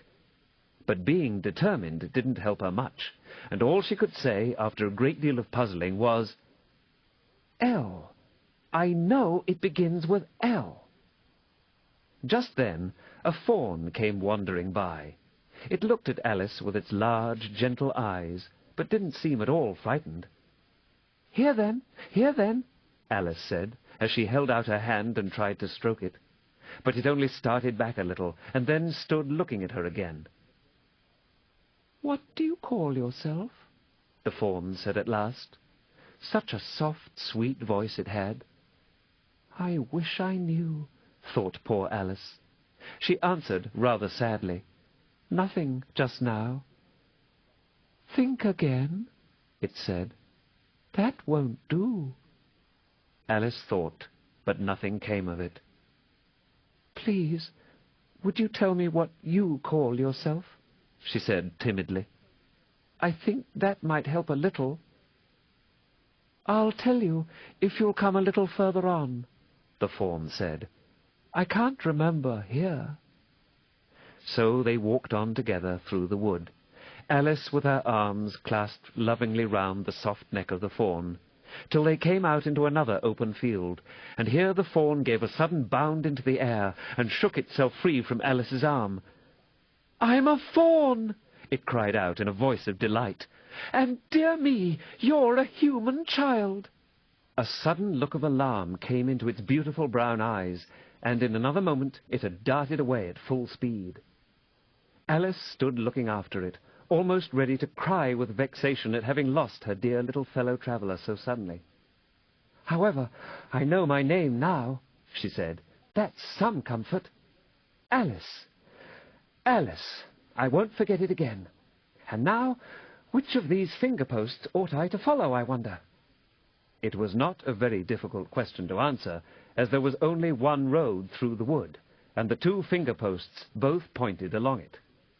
"I'll settle it," Alice said to herself, "when the road divides and they point different ways." But this did not seem very likely to happen. She went on and on, a long way, but wherever the road divided, there were sure to be two finger-posts pointing the same way, one marked to Tweedledum's house, and the other to the house of Tweedledee. "I do believe," said Alice at last, "that they live in the same house. I wonder I never thought of that before. But I can't stay there long. I'll just call and say howdy-do and ask them the way out of the wood. If I could only get to the 8th square before it gets dark." So she wandered on, talking to herself as she went, till, on turning a sharp corner, she came upon two fat little men, so suddenly that she could not help starting back. But in another moment she recovered herself, feeling sure that they must be... Chapter 4. Tweedledum and Tweedledee. They were standing under a tree, each with an arm round the other's neck, and Alice knew which was which in a moment, because one of them had Dum embroidered on his collar, and the other Dee. "I suppose they've each got Tweedle round at the back of the collar," she said to herself. They stood so still that she quite forgot they were alive, and she was just going round to see if the word Tweedle was written at the back of each collar, when she was startled by a voice coming from the one marked Dum. "If you think we're waxworks," he said, "you ought to pay, you know. Waxworks weren't made to be looked at for nothing. No how. Contrariwise," added the one marked D, "if you think we're alive, you ought to speak." "I'm sure I'm very sorry," was all Alice could say, for the words of the old song kept ringing through her head like the ticking of a clock, and she could hardly help saying them out loud. Tweedledum and Tweedledee agreed to have a battle, for Tweedledum said Tweedledee had spoiled his nice new rattle. Just then flew down a monstrous crow, as black as a tar barrel, which frightened both the heroes so they quite forgot their quarrel. "I know what you're thinking about," said Tweedledum, "but it isn't so, nohow. Contrariwise," continued Tweedledee, "if it was so, it might be, and if it were so, it would be, but as it isn't, it ain't. That's logic." "I was thinking," Alice said very politely, "which is the best way out of this wood? It's getting so dark. Would you tell me, please?" But the fat little men only looked at each other and grinned. They looked so exactly like a couple of great schoolboys that Alice couldn't help pointing her finger at Tweedledum and saying, "First boy!" "No, how?" Tweedledum cried out briskly, and shut his mouth up again with a snap. "Next boy," said Alice, passing on to Tweedledee, though she felt quite certain he would only shout out, "Contrariwise," and so he did. "You've begun wrong," cried Tweedledum. "The first thing in a visit is to say how d'ye do and shake hands." And here the two brothers gave each other a hug, and then they held out the two hands that were free to shake hands with her. Alice did not like shaking hands with either of them first, for fear of hurting the other one's feelings. So, as the best way out of the difficulty, she took hold of both hands at once. The next moment they were dancing round in a ring. This seemed quite natural, she remembered afterwards, and she was not even surprised to hear music playing. It seemed to come from the tree under which they were dancing, and it was done, as well as she could make it out, by the branches rubbing one across the other like fiddles and fiddlesticks. "But it certainly was funny," Alice said afterwards, when she was telling her sister the history of all this, "to find myself singing 'Here We Go Round the Mulberry Bush.' I don't know when I began it, but somehow I felt as if I'd been singing it a long, long time." The other two dancers were fat and very soon out of breath. "4 times round is enough for one dance," Tweedledum panted out, and they left off dancing as suddenly as they had begun. The music stopped at the same moment. Then they let go of Alice's hands and stood looking at her for a minute. There was a rather awkward pause, as Alice didn't know how to begin a conversation with people she had just been dancing with. "It would never do to say, 'How do you do now?'" she said to herself. "We seem to have got beyond that, somehow." "I hope you're not much tired," she said at last. "No, how, and thank you very much for asking," said Tweedledum. "So much obliged," added Tweedledee. "You like poetry?" "Yes, pretty well. Some poetry," Alice said doubtfully. "Would you tell me which road leads out of the wood?" "What shall I repeat to her?" said Tweedledee, looking round at Tweedledum with great solemn eyes, and not noticing Alice's question. "The Walrus and the Carpenter is the longest," Tweedledum replied, giving his brother an affectionate hug. Tweedledee began instantly. "The sun was shining." Here Alice ventured to interrupt him. "If it's very long," she said, as politely as she could, "would you please tell me first which road—" Tweedledee smiled gently and began again. "The sun was shining on the sea, shining with all his might.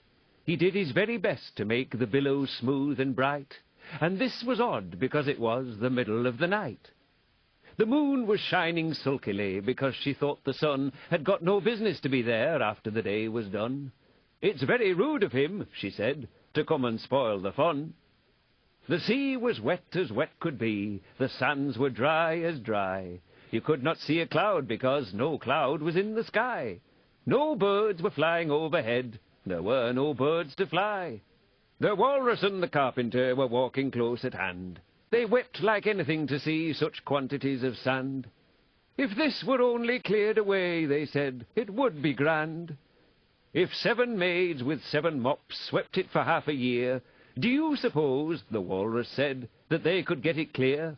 'I doubt it,' said the Carpenter, and shed a bitter tear.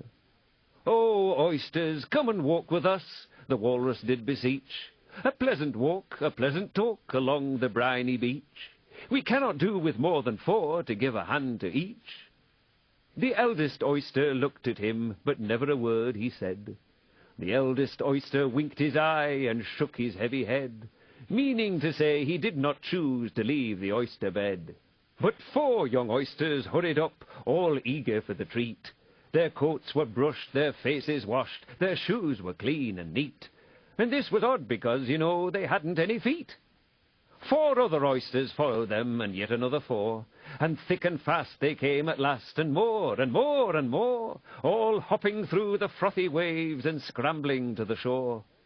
The Walrus and the Carpenter walked on a mile or so, and then they rested on a rock, conveniently low, and all the little oysters stood and waited in a row.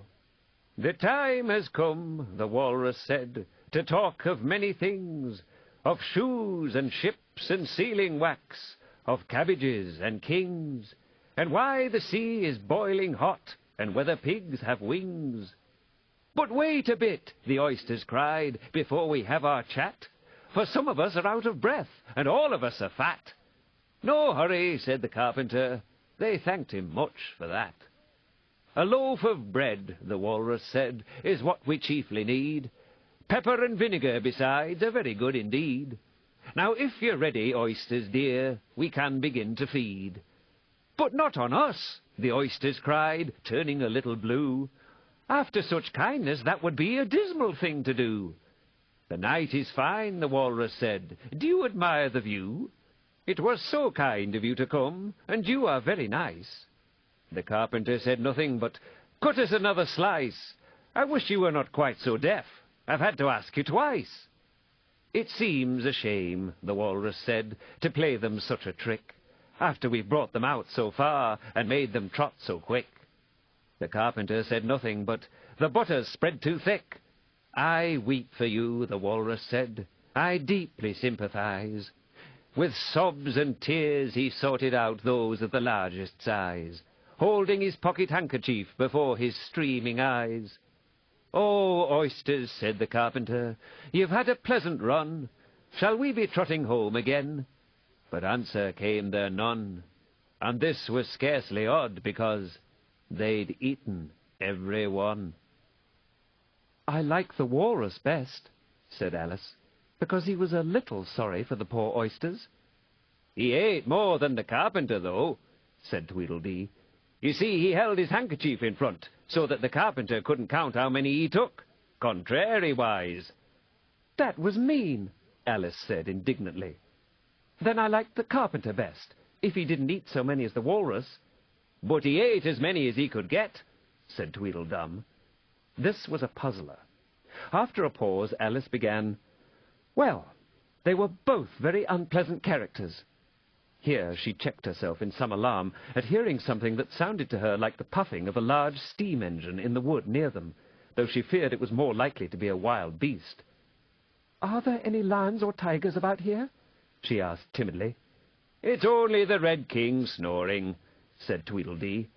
Come and look at him, the brothers cried, and they each took one of Alice's hands and led her up to where the king was sleeping.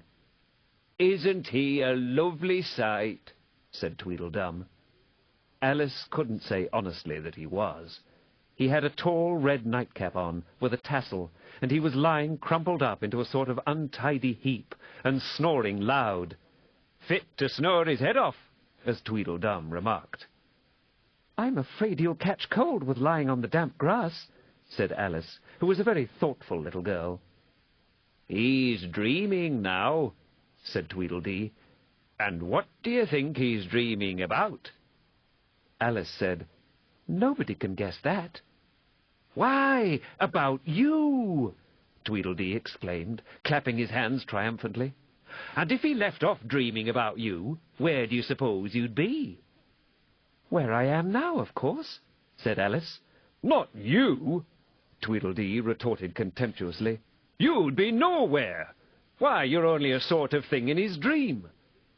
If that there king was to wake, added Tweedledum, you'd go out, bang, just like a candle. I shouldn't, Alice exclaimed indignantly. Besides, if I'm only a sort of thing in his dream, what are you, I should like to know? Ditto, said Tweedledum. Ditto, ditto, cried Tweedledee.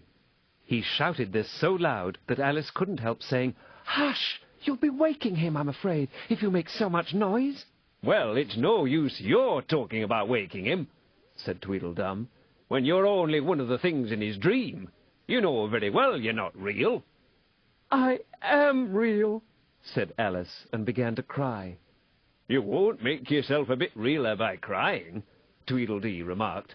There's nothing to cry about. If I wasn't real, Alice said, half laughing through her tears. It all seemed so ridiculous. I shouldn't be able to cry. I hope you don't suppose those are real tears, Tweedledum interrupted in a tone of great contempt. I know they're talking nonsense, Alice thought to herself, and it's foolish to cry about it. So she brushed away her tears and went on as cheerfully as she could. At any rate, I'd be better getting out of the wood, for really it's coming on very dark. Do you think it's going to rain? Tweedledum spread a large umbrella over himself and his brother and looked up into it. No, I don't think it is, he said. At least, not under here. Nohow. But it may rain outside? It may, if it chooses, said Tweedledee. We've no objection. Contrariwise. Selfish things, thought Alice, and she was just going to say good night and leave them, when Tweedledum sprang out from under the umbrella and seized her by the wrist. "Do you see that?" he said, in a voice choking with passion, and his eyes grew large and yellow all in a moment, as he pointed with a trembling finger at a small white thing lying under the tree. "It's only a rattle," Alice said, after a careful examination of the little white thing. "Not a rattlesnake, you know," she added hastily, thinking that he was frightened. "Only an old rattle, quite old and broken." "I knew it was!" cried Tweedledum, beginning to stamp about wildly and tear his hair. "It's spoilt, of course." Here he looked at Tweedledee, who immediately sat down on the ground and tried to hide himself under the umbrella. Alice laid her hand upon his arm and said in a soothing tone, "You needn't be so angry about an old rattle." "But it isn't old!" Tweedledum cried, in a greater fury than ever. "It's new, I tell you! I bought it yesterday! My nice new rattle!" And his voice rose to a perfect scream. All this time, Tweedledee was trying his best to fold up the umbrella with himself in it, which was such an extraordinary thing to do that it quite took off Alice's attention from the angry brother. But he couldn't quite succeed, and it ended in his rolling over, bundled up in the umbrella, with only his head out. And there he lay, opening and shutting his mouth and his large eyes, looking more like a fish than anything else, Alice thought. "Of course you agree to have a battle?" Tweedledum said in a calmer tone. "I suppose so," the other sulkily replied, as he crawled out of the umbrella. "Only she must help us to dress up, you know." So the two brothers went off hand in hand into the wood, and returned in a minute with their arms full of things, such as bolsters, blankets, hearthrugs, tablecloths, dish-covers, and coal-scuttles. "I hope you're a good hand at pinning and tying strings," Tweedledum remarked. "Every one of these things has got to go on somehow or other." Alice said afterwards she had never seen such a fuss made about anything in all her life. The way those two bustled about, and the quantity of things they put on, and the trouble they gave her in tying strings and fastening buttons. Really, they'll be more like bundles of old clothes than anything else by the time they're ready, she said to herself, as she arranged a bolster round the neck of Tweedledee, to keep his head from being cut off, as he said. "You know," he added very gravely, "it's one of the most serious things that can possibly happen to one in a battle, to get one's head cut off." Alice laughed loud, but she managed to turn it into a cough, for fear of hurting his feelings. "Do I look very pale?" said Tweedledum, coming up to have his helmet tied on. He called it a helmet, though it certainly looked much more like a saucepan. "Well, yes, a little," Alice replied gently. "I'm very brave, generally," he went on in a loud voice. "Only today I happen to have a headache." "And I've got a toothache," said Tweedledee, who had overheard the remark. "I'm far worse than you." "Then you'd better not fight today," said Alice, thinking it a good opportunity to make peace. "We must have a bit of a fight, but I don't care about going on long," said Tweedledum. "What's the time now?" Tweedledee looked at his watch and said, 4:30. "Let's fight till 6 and then have dinner," said Tweedledum. "Very well," the other said, rather sadly. "And she can watch us. Only you'd better not come very close," he added. "I generally hit everything I can see, when I get really excited." "And I hit everything within reach," cried Tweedledum, "whether I can see it or not." Alice laughed. "You must hit the trees pretty often, I should think," she said. Tweedledum looked round him with a satisfied smile. "I don't suppose," he said, "there'll be a tree left standing for ever so far round by the time we've finished." "And all about a rattle," said Alice, still hoping to make them a little ashamed of fighting for such a trifle. "I shouldn't have minded it so much," said Tweedledum, "if it hadn't been a new one." "I wish the monstrous crow would come," thought Alice. "There's only one sword, you know," Tweedledum said to his brother, "but you can have the umbrella. It's quite as sharp. Only we must begin quick. It's getting as dark as it can." "And darker," said Tweedledee. It was getting dark so suddenly that Alice thought there must be a thunderstorm coming on. "What a thick black cloud that is," she said, "and how fast it comes! Why, I do believe it's got wings." "It's the crow!" Tweedledum cried out in a shrill voice of alarm, and the two brothers took to their heels and were out of sight in a moment. Alice ran a little way into the wood and stopped under a large tree. "It can never get at me here," she thought. "It's far too large to squeeze itself in among the trees. But I wish it wouldn't flap its wings so. It makes quite a hurricane in the wood. Here's somebody's shawl being blown away." Chapter 5. Wool and Water. She caught the shawl as she spoke, and looked about for the owner. In another moment, the White Queen came running wildly through the wood, with both arms stretched out wide, as if she were flying, and Alice very civilly went to meet her with the shawl. "I'm very glad I happened to be in the way," Alice said, as she helped her to put on her shawl again. The White Queen only looked at her in a helpless, frightened sort of way, and kept repeating something in a whisper to herself that sounded like, "Bread and butter, bread and butter." And Alice felt that if there was to be any conversation at all, she must manage it herself. So she began, rather timidly, "Am I addressing the White Queen?" "Well, yes, if you call that addressing," the Queen said. "It isn't my notion of the thing at all." Alice thought it would never do to have an argument at the very beginning of their conversation, so she smiled and said, "If your Majesty will only tell me the right way to begin, I'll do it as well as I can." "But I don't want it done at all," groaned the poor Queen. "I've been addressing myself for the last 2 hours. It would have been all the better, as it seemed to Alice, if she had got someone else to dress her, as she was so dreadfully untidy. Every single thing's crooked, Alice thought to herself, and she's all over pins. "May I put your shawl straight for you?" she added aloud. "I don't know what's the matter with it," the Queen said in a melancholy voice. "It's out of temper, I think. I've pinned it here and I've pinned it there, but there's no pleasing it." "It can't go straight, you know, if you pin it all on one side," Alice said, as she gently put it right for her. "And dear me, what a state your hair is in." "Oh, the brush has got entangled in it," the Queen said with a sigh. "And I lost the comb yesterday." Alice carefully released the brush and did her best to get the hair into order. "Come, you look rather better now," she said, after altering most of the pins.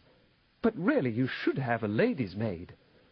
"I'm sure I'll take you with pleasure," the Queen said. "Twopence a week and jam every other day." Alice couldn't help laughing as she said, "I don't want you to harm me, and I don't care for jam." "Well, it's very good jam," said the Queen. "Well, I don't want any today, at any rate." "Well, you couldn't have it if you did want it," the Queen said. "The rule is jam tomorrow and jam yesterday, but never jam today." "It must come sometimes to jam today," Alice objected. "No, it can't," said the Queen. "It's jam every other day. Today isn't any other day, you know."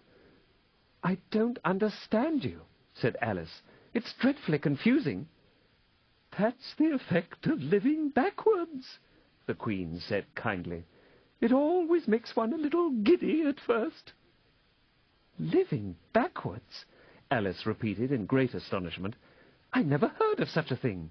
But there's one great advantage in it, that one's memory works both ways. I'm sure mine only works one way, Alice remarked. I can't remember things before they happen. It's a poor sort of memory that only works backwards, the Queen remarked. What sort of things do you remember best? Alice ventured to ask. Oh, things that happened the week after next, the Queen replied in a careless tone. For instance now, she went on, sticking a large piece of plaster on her finger as she spoke. There's the King's messenger. He's in prison now, being punished, and the trial doesn't even begin till next Wednesday, and of course the crime comes last of all. Suppose he never commits the crime, said Alice. But that would be all the better, wouldn't it? The Queen said, as she bound the plaster round her finger with a bit of ribbon. Alice felt there was no denying that. Of course it would be all the better, she said, but it wouldn't be all the better his being punished. Oh, you're wrong there, at any rate, said the Queen. Were you ever punished? Only for faults, said Alice. And you were all the better for it, I know, the Queen said triumphantly. Yes, but then I had done the things I was punished for, said Alice. That makes all the difference. But if you hadn't done them, the Queen said, that would have been better still. Better and better and better! Her voice went higher with each better, till it got quite to a squeak at last. Alice was just beginning to say, There's a mistake somewhere, when the Queen began screaming, so loud that she had to leave the sentence unfinished. "Oh! Oh! Oh!" shouted the Queen, shaking her hand about as if she wanted to shake it off. "My finger's bleeding! Oh! Oh! Oh! Oh!"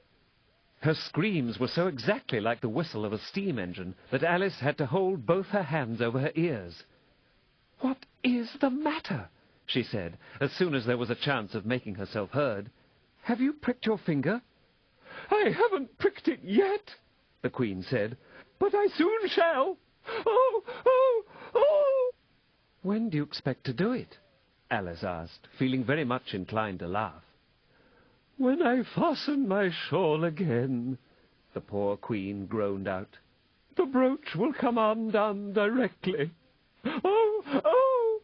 As she said the words, the brooch flew open, and the Queen clutched wildly at it and tried to clasp it again. "Take care!" cried Alice. "You're holding it all crooked." And she caught at the brooch, but it was too late. The pin had slipped, and the Queen had pricked her finger. "That accounts for the bleeding, you see," she said to Alice with a smile. "Now you understand the way things happen here." "But why don't you scream now?" Alice asked, holding her hands ready to put over her ears again. "Why, I've done all the screaming already," said the Queen. "What would be the good of having it all over again?" By this time it was getting light. "The crow must have flown away, I think," said Alice. "I'm so glad it's gone. I thought it was the night coming on." "I wish I could manage to be glad," the Queen said. "Only I never can remember the rule. You must be very happy living in this wood and being glad whenever you like." "Only it is so very lonely here," Alice said in a melancholy voice. And at the thought of her loneliness, 2 large tears came rolling down her cheeks. "Oh, don't go on like that," cried the poor Queen, wringing her hands in despair. "Consider what a great girl you are. Consider what a long way you've come today. Consider what o'clock it is. Consider anything, only don't cry." Alice could not help laughing at this, even in the midst of her tears. "Can you keep from crying by considering things?" she asked. "That's the way it's done," the Queen said with great decision. "Nobody can do 2 things at once, you know. Let's consider your age to begin with. How old are you?" "I'm 7½ exactly." "You needn't say exactually," the Queen remarked. "I can believe it without that. Now I'll give you something to believe. I'm just 101, 5 months and a day." "I can't believe that," said Alice. "Can't you?" the Queen said in a pitying tone. "Try again. Draw a long breath and shut your eyes." Alice laughed. "There's no use trying," she said. "One can't believe impossible things." "I dare say you haven't had much practice," said the Queen. "When I was your age, I always did it for half an hour a day. Why, sometimes I've believed as many as 6 impossible things before breakfast. There goes the shawl again."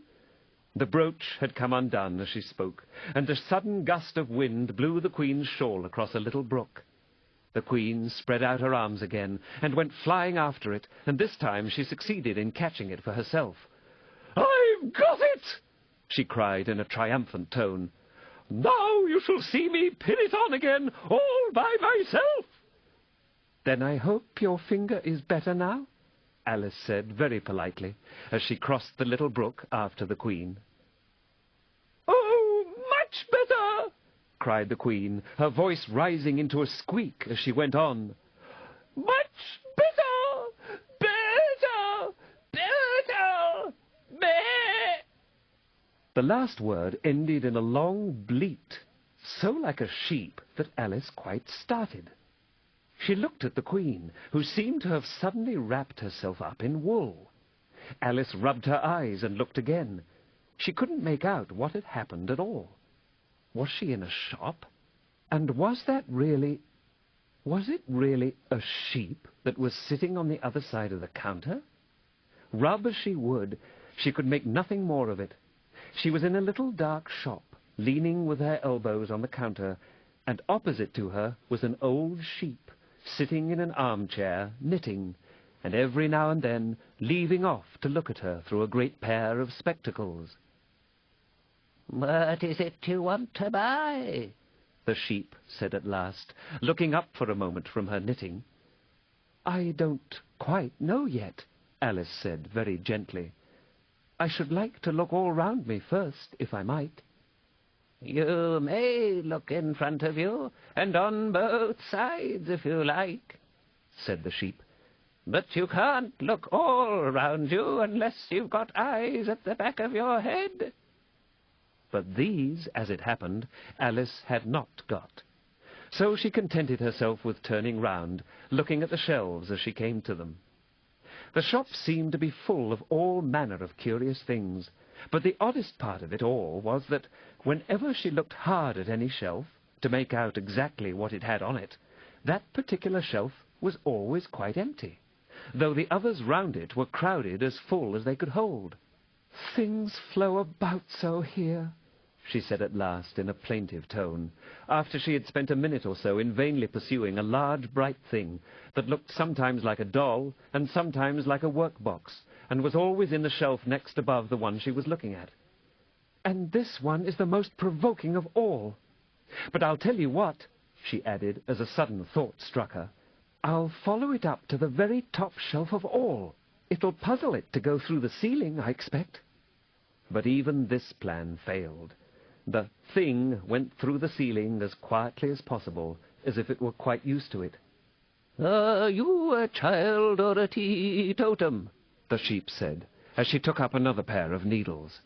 "You'll make me giddy soon if you go on turning round like that." She was now working with 14 pairs at once, and Alice couldn't help looking at her in great astonishment. "How can she knit with so many?" the puzzled child thought to herself. "She gets more and more like a porcupine every minute." "Can you row?" the sheep asked, handing her a pair of knitting needles as she spoke. "Yes, a little, but not on land, and not with needles," Alice was beginning to say, when suddenly the needles turned into oars in her hands, and she found they were in a little boat gliding along between banks. So there was nothing for it but to do her best. "Feather!" cried the sheep, as she took up another pair of needles. This didn't sound like a remark that needed any answer, so Alice said nothing, but pulled away. There was something very queer about the water, she thought, as every now and then the oars got fast in it, and would hardly come out again. "Feather! Feather!" the sheep cried again, taking more needles. "You'll be catching a crab directly." "A dear little crab," thought Alice. "I should like that." "Didn't you hear me say feather?" the sheep cried angrily, taking up quite a bunch of needles. Indeed I did, said Alice. You've said it very often and very loud. Please, where are the crabs? In the water, of course, said the sheep, striking some of the needles into her hair as her hands were full. Feather, I say? Why do you say feather so often? Alice asked at last, rather vexed. I'm not a bird. You are, said the sheep. You're a little goose.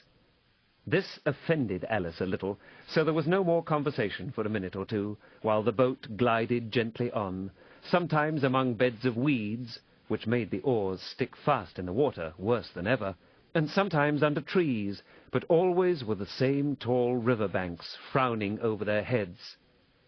"Oh, please, there are some scented rushes!" Alice cried in a sudden transport of delight. "There really are, and such beauties!" "You needn't say please to me about 'em," the sheep said, without looking up from her knitting. "I didn't put 'em there, and I'm not going to take 'em away." "No, but I meant, please, may we wait and pick some?" Alice pleaded. "If you don't mind stopping the boat for a minute." "How am I to stop it?" said the sheep. "If you'll leave off rowing, it'll stop of itself." So the boat was left to drift down the stream as it would, till it glided gently in among the waving rushes. And then the little sleeves were carefully rolled up, and the little arms were plunged in elbow deep, to get hold of the rushes a good long way down before breaking them off. And for a while Alice forgot all about the sheep and the knitting, as she bent over the side of the boat, with just the ends of her tangled hair dipping into the water, while with bright, eager eyes she caught at one bunch after another of the darling scented rushes. "I only hope the boat won't tipple over," she said to herself. "Oh, what a lovely one! Only I couldn't quite reach it." And it certainly did seem a little provoking, almost as if it happened on purpose, she thought, that though she managed to pick plenty of beautiful rushes as the boat glided by, there was always a more lovely one that she couldn't reach. "The prettiest are always further," she said at last, with a sigh at the obstinacy of the rushes in growing so far off, as, with flushed cheeks and dripping hair and hands, she scrambled back into her place and began to arrange her new-found treasures. What mattered it to her just then that the rushes had begun to fade and to lose all their scent and beauty from the very moment that she picked them? Even real scented rushes, you know, last only a very little while, and these, being dream rushes, melted away almost like snow as they lay in heaps at her feet. But Alice hardly noticed this. There were so many other curious things to think about. They hadn't gone much further before the blade of one of the oars got fast in the water and wouldn't come out again. So Alice explained it afterwards. And the consequence was that the handle of it caught her under the chin, and in spite of a series of little shrieks of "Oh, oh, oh!" from poor Alice, it swept her straight off the seat and down among the heap of rushes. However, she wasn't a bit hurt, and was soon up again. The sheep went on with her knitting all the while, just as if nothing had happened. "That was a nice crab you caught," she remarked, as Alice got back into her place, very much relieved to find herself still in the boat. "Was it? I didn't see it," said Alice, peeping cautiously over the side of the boat into the dark water. "I wish it hadn't let go. I should so like a little crab to take home with me." But the sheep only laughed scornfully and went on with her knitting. "Are there many crabs here?" said Alice. "Crabs and all sorts of things," said the sheep. "Plenty of choice, only make up your mind. Now, what do you want to buy?" "To buy?" Alice echoed in a tone that was half astonished and half frightened, for the oars and the boat and the river had vanished all in a moment, and she was back again in the little dark shop. "I should like to buy an egg, please," she said timidly. "How do you sell them?" 5 farthing for one, 2 for 2, the sheep replied. "Then 2 are cheaper than 1, Alice said in a surprised tone, taking out her purse. "Only you must eat them both if you buy 2, said the sheep. "Then I'll have one, please," said Alice, as she put the money down on the counter. For she thought to herself, they mightn't be at all nice, you know. The sheep took the money and put it away in a box. Then she said, "I never put things into people's hands. That would never do. You must get it for yourself." And so saying, she went off to the other end of the shop and set the egg upright on a shelf. "I wonder why it wouldn't do," thought Alice, as she groped her way among the tables and chairs, for the shop was very dark towards the end. "The egg seems to get further away the more I walk towards it. Let me see, is this a chair? Why, it's got branches, I declare. How very odd to find trees growing here. And actually, here's a little brook. Well, this is the very queerest shop I ever saw." So she went on, wondering more and more at every step, as everything turned into a tree the moment she came up to it, and she quite expected the egg to do the same.